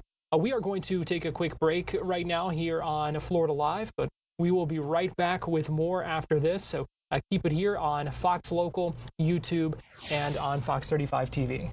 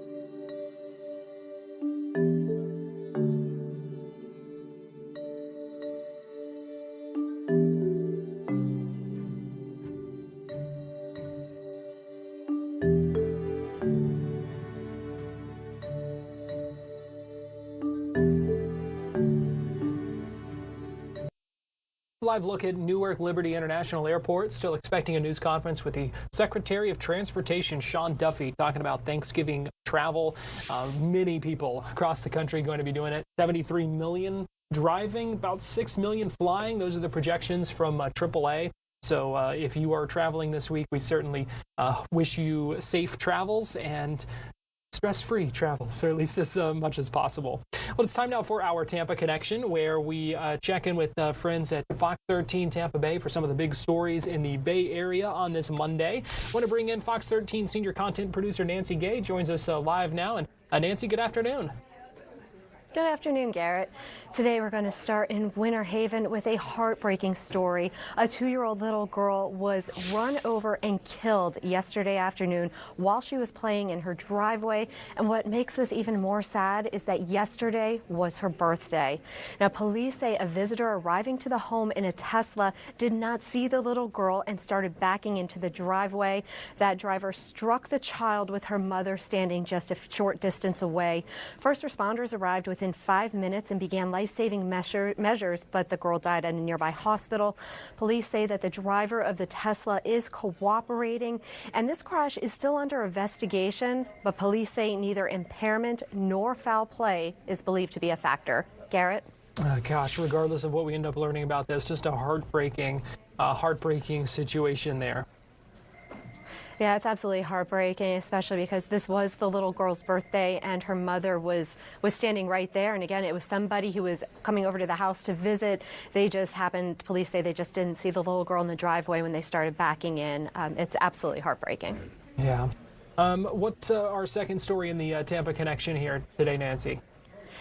Well, the second story is involving a Bradenton mother who lost her daughter in 2005 to a drunk driver. And although the crash happened about 15 minutes away from her, she did not know about her daughter's death for about 6 hours. Now, Christine Olson's 22-year-old daughter, Tiffany, is the one who was killed, and she is trying to start a nationwide effort to have an emergency contact registry that is tied to all driver's license.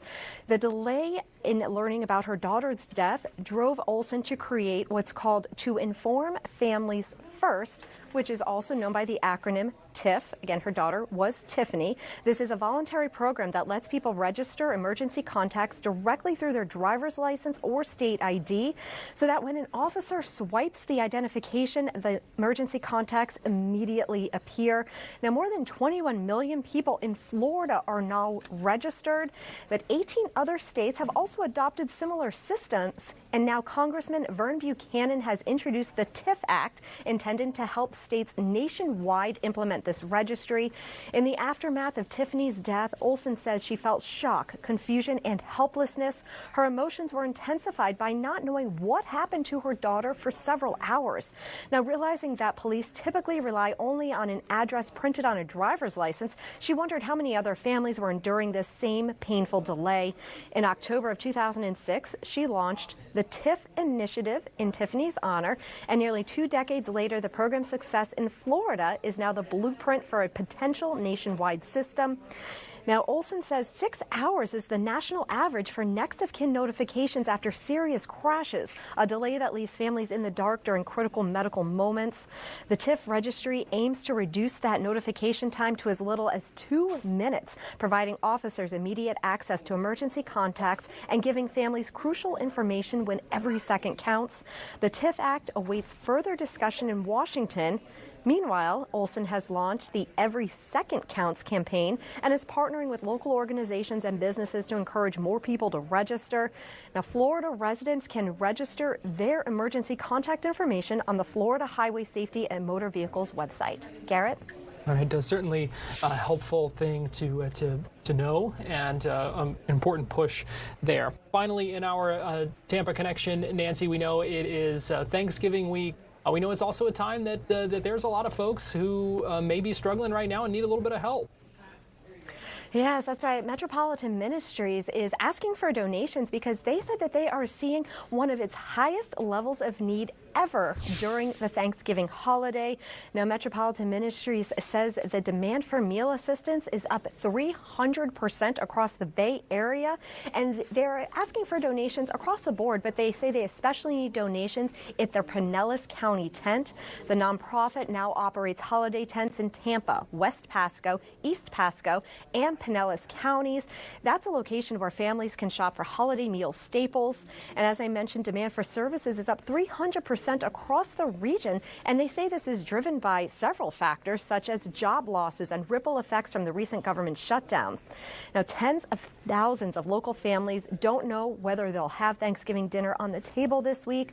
The nonprofit's goal is to collect and distribute 1 million pounds of food through the end of the year, and that's a task that requires more than 15,000 volunteers. They're asking for items such as ham, rice, potatoes, macaroni and cheese, and dessert mixes before Thanksgiving.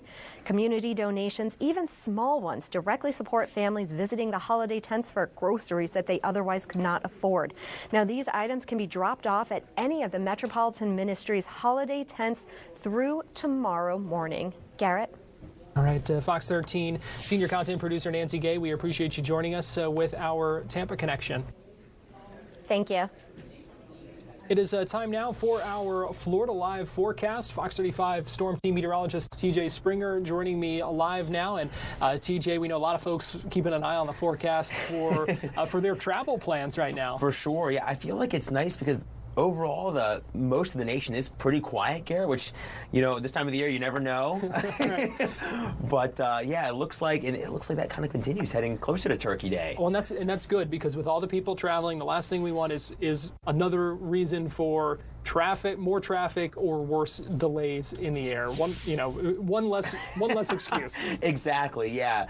Now, as we flip the calendar forward to Thanksgiving, it is looking like we're going to see this cold front at least pushing through Iron Neck of the Woods in the southeast, so that's going to give us the chance for some showers. There is going to be that potential for some snowier conditions across the northern tier of the nation, so if anyone is traveling up that way, something to monitor. Another system coming on shore of the Pacific Northwest. But aside from that, you can see much of the lower 48 not seeing a lot of precipitation. Temperatures are going to drop behind that cold front. 20s for the Twin Cities, 50s in Atlanta, and then for us, we're going to start to feel those temperatures drop as well, Garrett, as this front swings on through. It's looking like not quite as warm on Thanksgiving. Now it looks like that front will probably move through earlier in the day, and then it's looking like that chill kind of takes over as we progress through Thanksgiving night into our Black Friday morning. And we can see that on our Fox weather model. That front doesn't bring a great rain threat, but at least the chances are there as it moves on through. So it's looking like for us, probably a couple of showers, highs in the mid-70s. But then on Black Friday, temperatures really going to be chilly, only likely going to be in the, I'm thinking probably to start off the day, you can see all the blue on the map, probably 40s and 50s as people are heading out the door to do some shopping. But at least it'll be bright. It'll be sunshine filled. Thinking temperatures probably topping out in the middle 60s, but probably jacket weather. At least the sunshine is going to be out for anybody hitting the outlets, hitting the mall around Central Florida, and at least probably a good chunk of the Sunshine State. All right, jacket weather, but could be worse. It could always be worse. Yeah, I mean, I feel like I can remember some Black Fridays where you're standing out there in the raw rain. It's just gross. Yeah. You're like, is this TV really worth it? I don't know. Is this item really worth it? It depends on how big the sale is. That is true. What can you do? Well, Fox 35 Storm Team meteorologist TJ Springer, we appreciate you joining us with our Florida Live forecast. Thanks, Garrett. I appreciate it. We're going to take a quick break, and we'll be right back.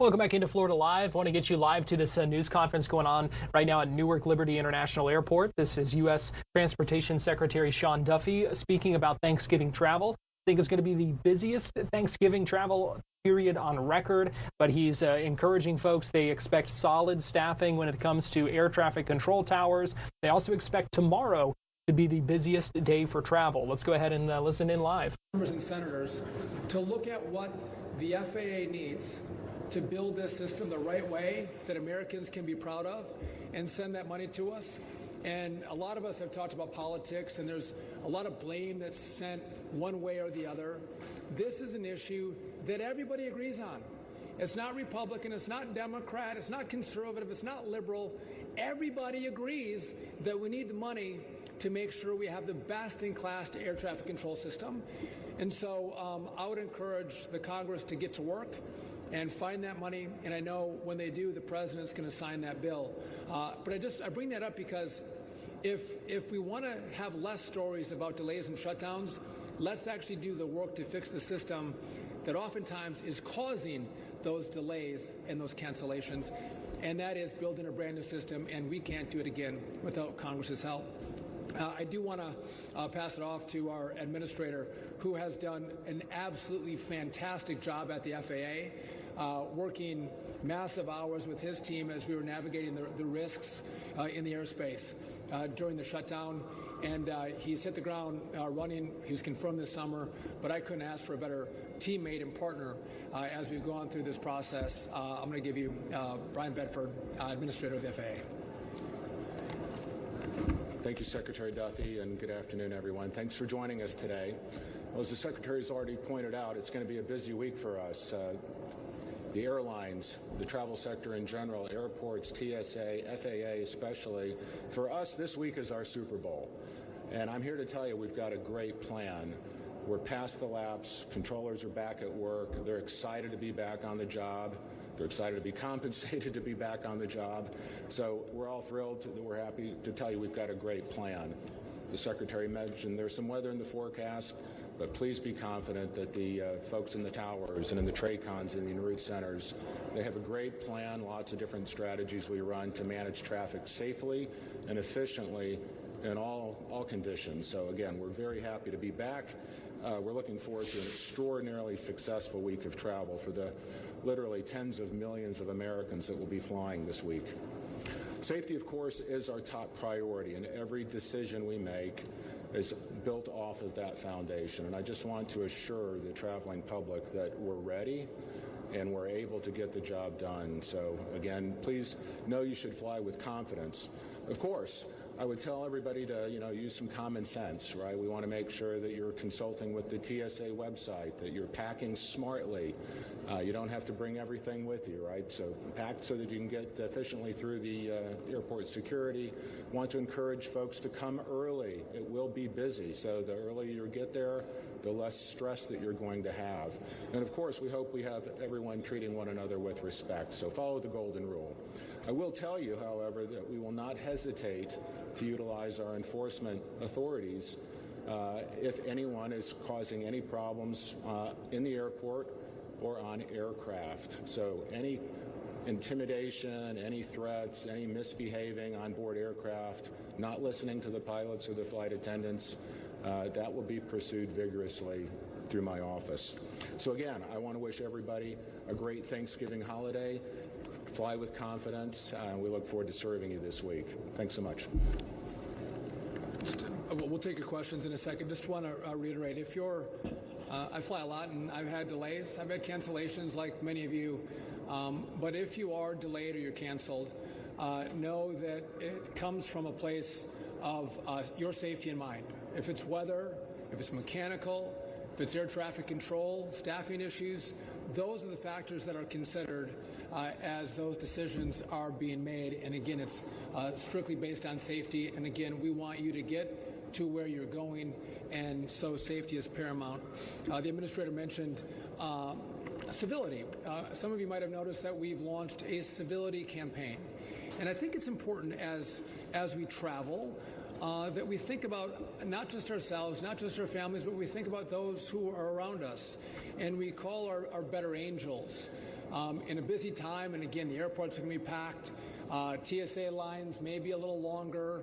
And as you might not be able to find a seat as you're by your gate because of the number of flights that are going out or coming in.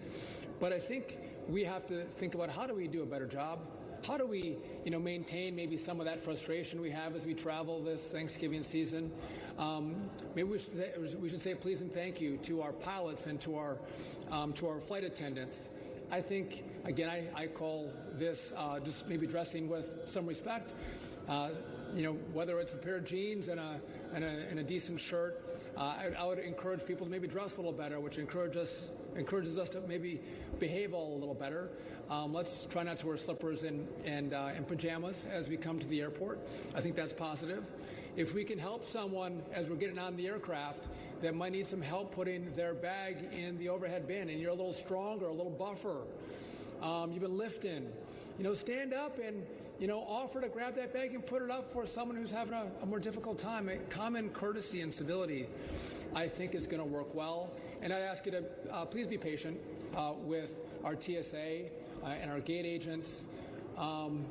And again, they're working their hearts out to make sure that this is the best experience possible for you and the safest experience possible for you. And again, a little gratitude goes a long way. And if we all do that, I think we're going to have a far better travel season. And by the way, we're going to get to our families on Thanksgiving with a lot better attitude. Who couldn't ask for that? You guys can fight about politics when you get home for Thanksgiving.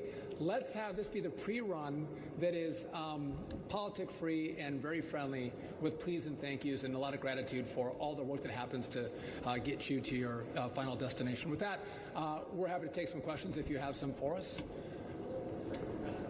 I appreciate that. I actually almost wore a pair of jeans, and I'm like, I better not if I'm going to talk about dressing up. Chris Bankley from CBS News, sir. If you'll indulge me, two quick questions. One, every time we have talked to flyers in the last 2 weeks since the shutdown ended, they've told us the same thing, that they had some apprehension about whether they should keep that Thanksgiving flight, whether they'd be on time, whether it'd be safe. What do you say to flyers who are still a little unnerved after what they saw during the shutdown? So, we talked about that as we went through the shutdown. I didn't know when it was going to end. I didn't have a crystal ball, and we saw things getting very bad in regard to on-time flights and cancellations. Well, the shutdown ended soon enough. Our controllers, as the administrator just mentioned, are back at work. And so, again, you're seeing more on-time performance in the airspace. And again, our priority is your safety. And it's always been our priority. And that's why there were the level of delays and cancellations. So, again, if you can still get a ticket and you can still fly and your family still wants to see you, book that ticket. Jump on a flight, and don't be afraid to fly this season.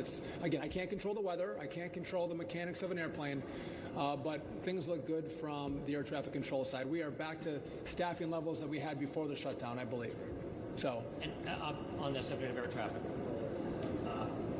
you got some pushback from the union, and I've heard from some controllers who maybe missed a day because of a child care issue or missed a day because of the stomach flu.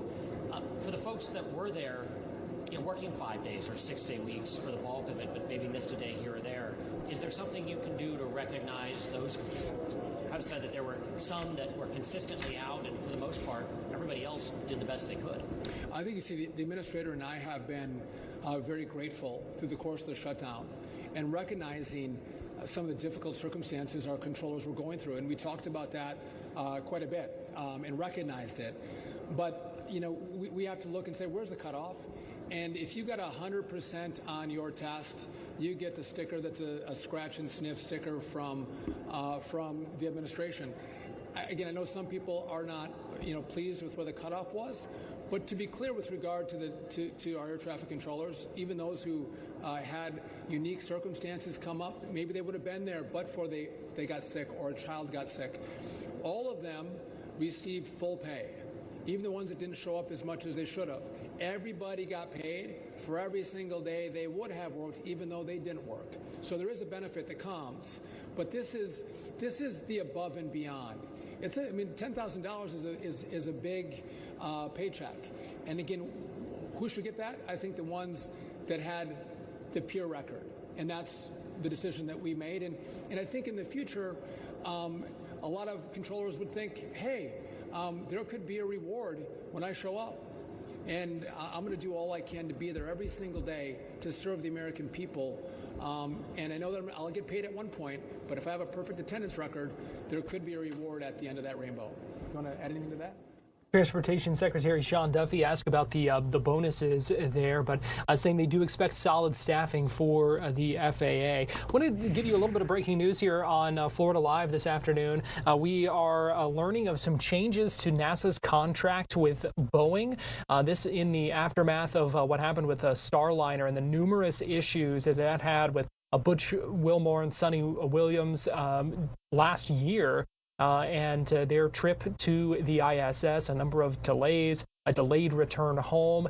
Take a look at this post from NASA on their website just a little bit ago, saying that they are modifying the contract, a mutual agreement to do so. There were originally 6 crewed flights that were planned as part of that contract. We are now seeing that there will be that number is slashed. There will be 4 missions with the remaining 2 available as options, up to 3 crew rotations to the International Space Station, but the next Starliner flight, just a cargo flight. There will be no crew on board that next Starliner flight. So 4 total missions again. This was it comes in the aftermath of a lot of questions over that Starliner program and the issues that we saw last year over what was supposed to just be an 8-day stay on board the International Space Station. We are going to take a quick break here on Florida Live, but we'll be right back with more after this.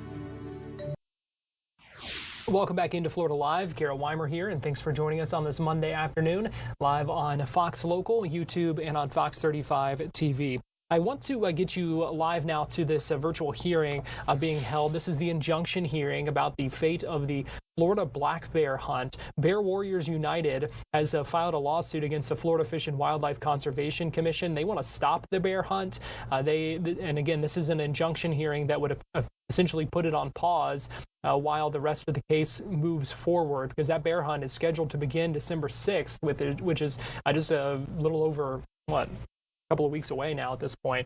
We are hearing testimony, or have been hearing testimony, we're beginning to, from this research expert or research coordinator who was was called by Bear Warriors United to talk about the modeling and some of the science about this, because Bear Warriors United has said that the FWC was relying on essentially outdated numbers and statistics in the science that they relied on for the need for this bear hunt. The FWC has challenged the categorization of this witness as an expert, and we are now hearing some back and forth between the attorneys here. And let's go ahead and listen in to this hearing as it continues live this afternoon. Later on. And for that conservation, were you the one that was collecting the individual data points to put into the conservation plan? Which item on my resume are you talking about? For example, I often do collect data, yes. All right. So you go out into the field and you collect data, whether that's from scat, whether from hair samples, finding them in the dens, etc., right? You're doing an individual point of data collection depending on what that field day looks like, correct? That could be part of my job. Yes, I have done that. All right. And so once you get that data, do you give it to other people to begin writing the conservation plan? Not right away. No, I would analyze the data and I would summarize the data and report on the data, and then offer management implications for how I, as a researcher, interpret those data in the context of the population and the conservation objectives for that population. So you take your raw data, you make some assessment, and you give that over to the management team who is going to be writing the management plan, correct? That can be, yes, that can happen. I also write publications in which I have sections called management implications, in which I suggest management actions. Have you ever been the primary person who is managing a bear population? I have not had Mr. Orlando's job, if that is okay question.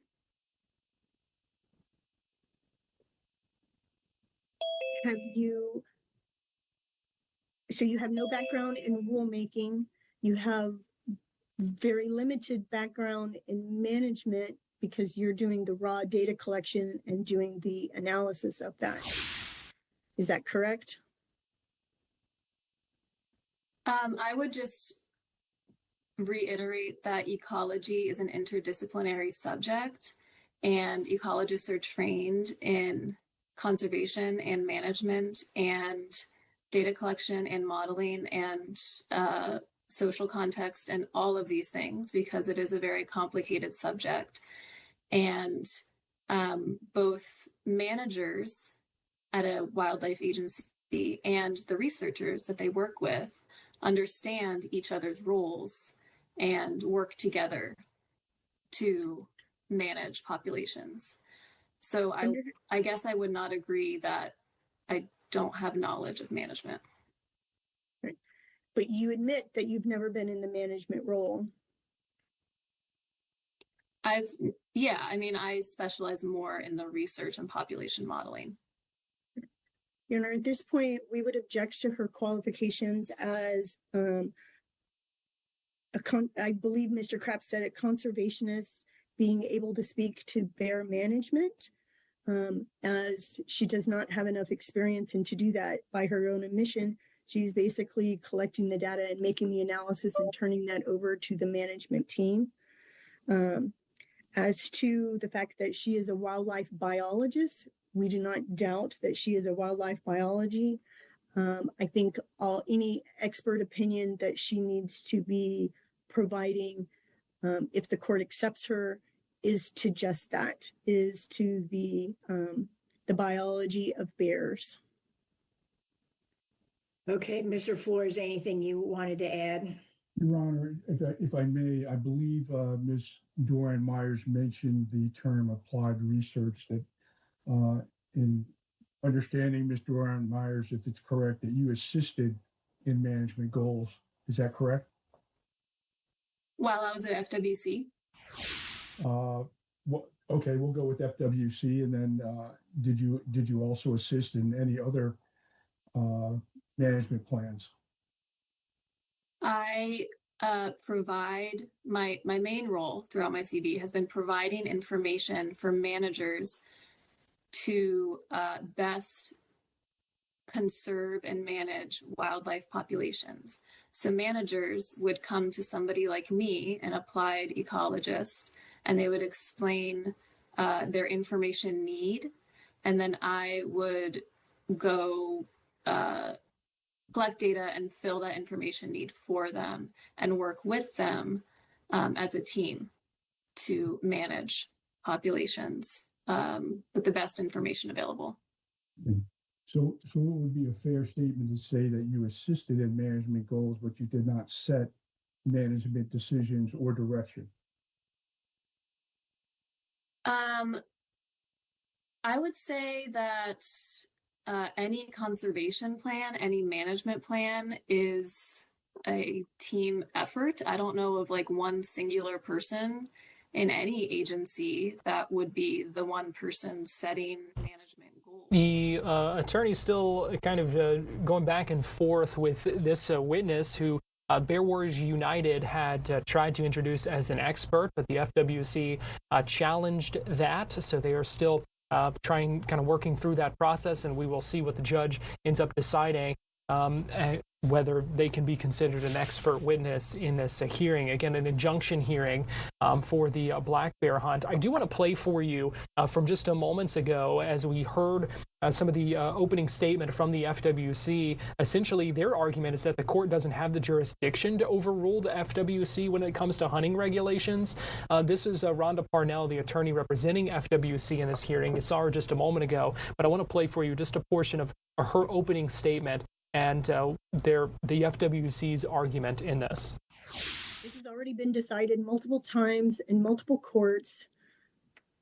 FWC has the exclusive regulatory right to determine a hunt, whether it's a bear hunt, a turkey hunt, a quail hunt. And many times through the years, Join the meeting. Throughout the years, FWC has been the regulatory embodiment of all hunting that is in Florida since its creation by the Constitution. What Mr. Craps is talking about is not what we are talking about. We are not an agency under 120, yet they argue substantial interest in this case under 120. This case has always been about our constitutional authority and what is the constitutional challenge that Bear Warriors is making. They're making a due process argument, and I'm not sure that that rises from what they've pled so far to a constitutional issue. They admit they had plenty of time for comment. They participated in all of the workshops. They were present at both commission meetings when this rule was decided. Due process has been easily been met. And with that, this becomes Bear Warriors whining about what they did not get. They didn't get what they wanted because they didn't want a bear hunt. So this has become a challenge to say the science isn't good. We will show that the science is good. Matter of fact, it's the same science that they rely on. They come to a different conclusion than we do, but that doesn't change the fact that the underlying science is still valid science. We will also show that everything that we've done has been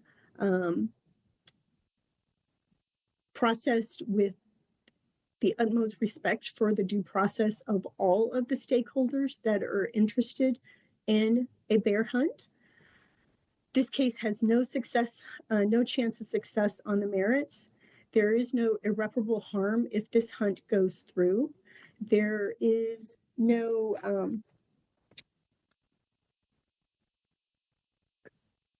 there's no deciding, there's nothing, there's an adequate remedy at law in this particular case for this, and the injunction does not serve a public interest. So that was just moments ago, part of the opening statement by the FWC and some of their take on this. I should note that over the past few weeks, we have had an attorney with the Bear Warriors United group on our program here on Florida Live. So if you'd like to hear more of those previous interviews we've done about this, to give you a little bit more background, you can find those on Fox Local and fox35orlando.com. Meanwhile, here's a live look back inside that virtual hearing where they are continuing to try to establish this witness as an expert. Unclear how much of the Bear Warriors United case may rely on this expert, but appears to be important to their point here. Let's listen into the judge real quick before we go to break. Ecology, but not management. So you can ask her questions related to those two areas, Mr. Krebs. Thank you very much. So it appears that she will be allowed as an expert on a couple of topics, but not when it comes to the bear management. So their questioning of this witness will now continue. We're going to take a quick break here on Florida Live, but we'll be right back after this.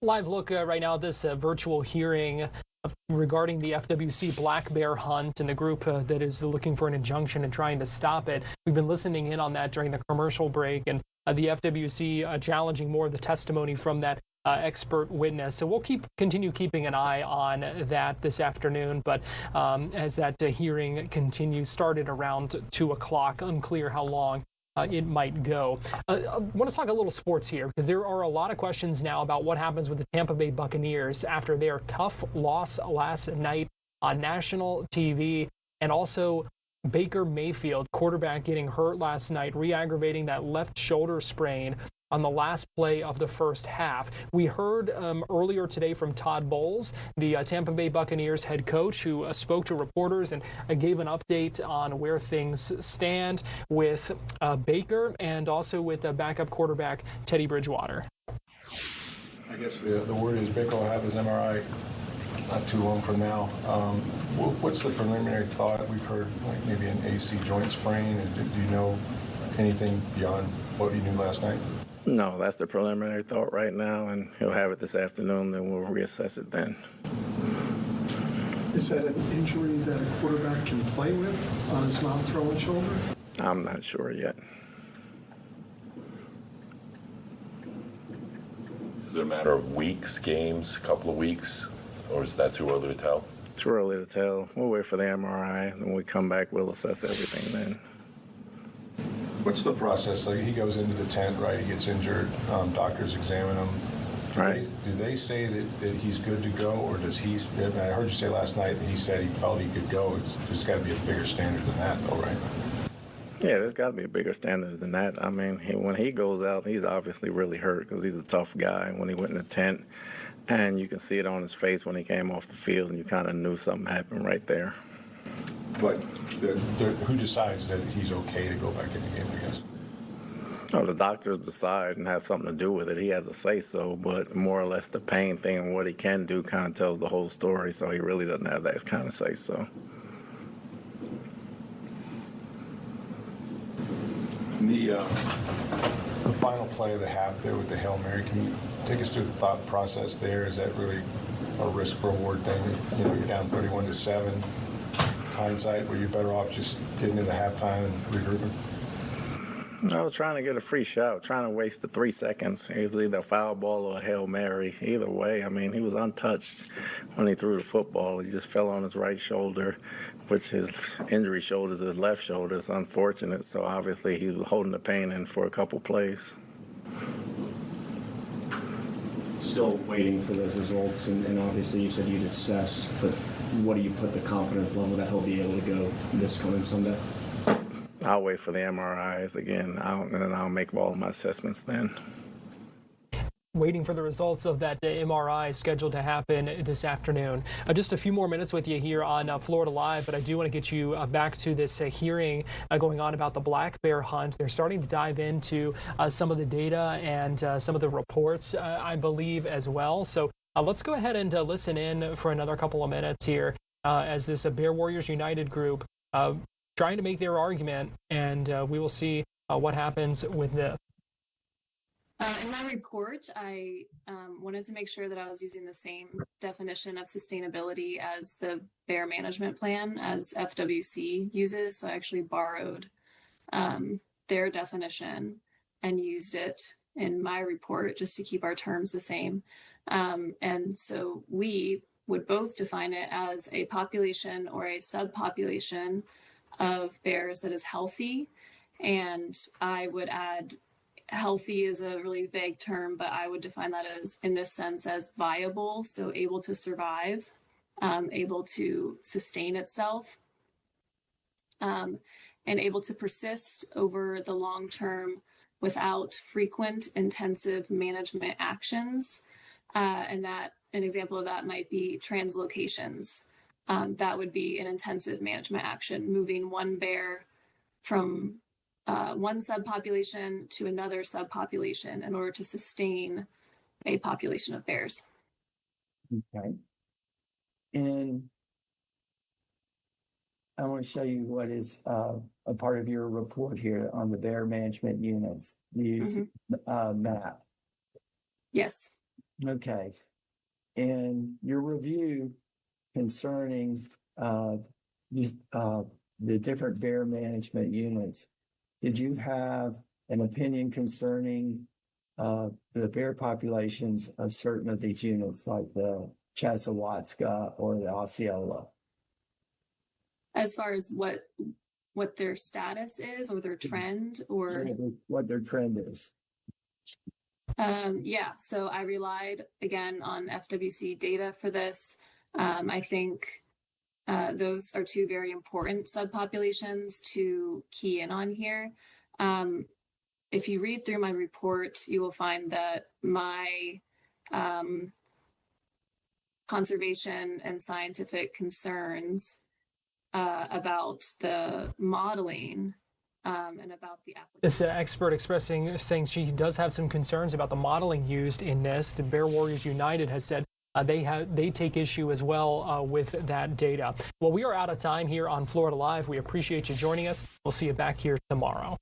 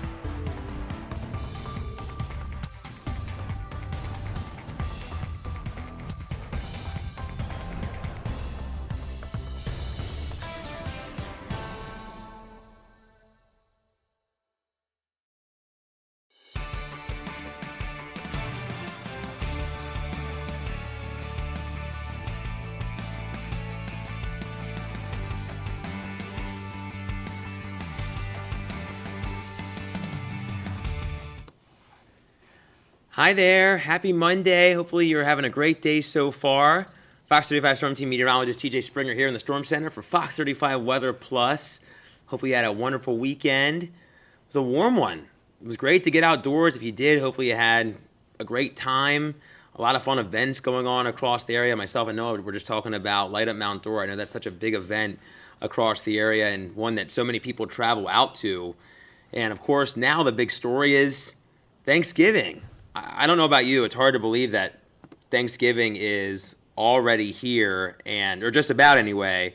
And this year has just been a whirlwind. I feel like that's going to be the case. Is we're going to hit Thanksgiving, and then it's going to be the holidays, and then 2026. Where did 2025 go? Well, you'll have to let us know where you're watching from. Our question of the day, of course, because it is just about to be Thanksgiving, it is Turkey Day related. So let's weigh in on that here, shall we? If you want to let us know what you're doing on Thanksgiving. Do you usually cook? Are you going out for Thanksgiving? I feel like this is such a polarizing question because, I'm trying to think in my years, have I ever gone out on Thanksgiving? I feel like I have. But sometimes when you think about it, I feel like that's been a big story all season long. It's certainly not cheap to get food on the table for a big holiday, especially if you have a lot of friends or family coming over for said holiday. So maybe going out could be one of those things that's a little cheaper, or hey, you just don't want to do the dishes. You can just have an amazing culinary experience, have maybe a chef make Thanksgiving dinner, and you can call it good, right? Yeah, last year I cooked, the year before I cooked. This year, still up in the air. Might be cooking myself for us, or might be at some families. So we'll have to see what happens there. But we'll definitely keep checking back in on our question of the day throughout the next half hour. Again, if you're just joining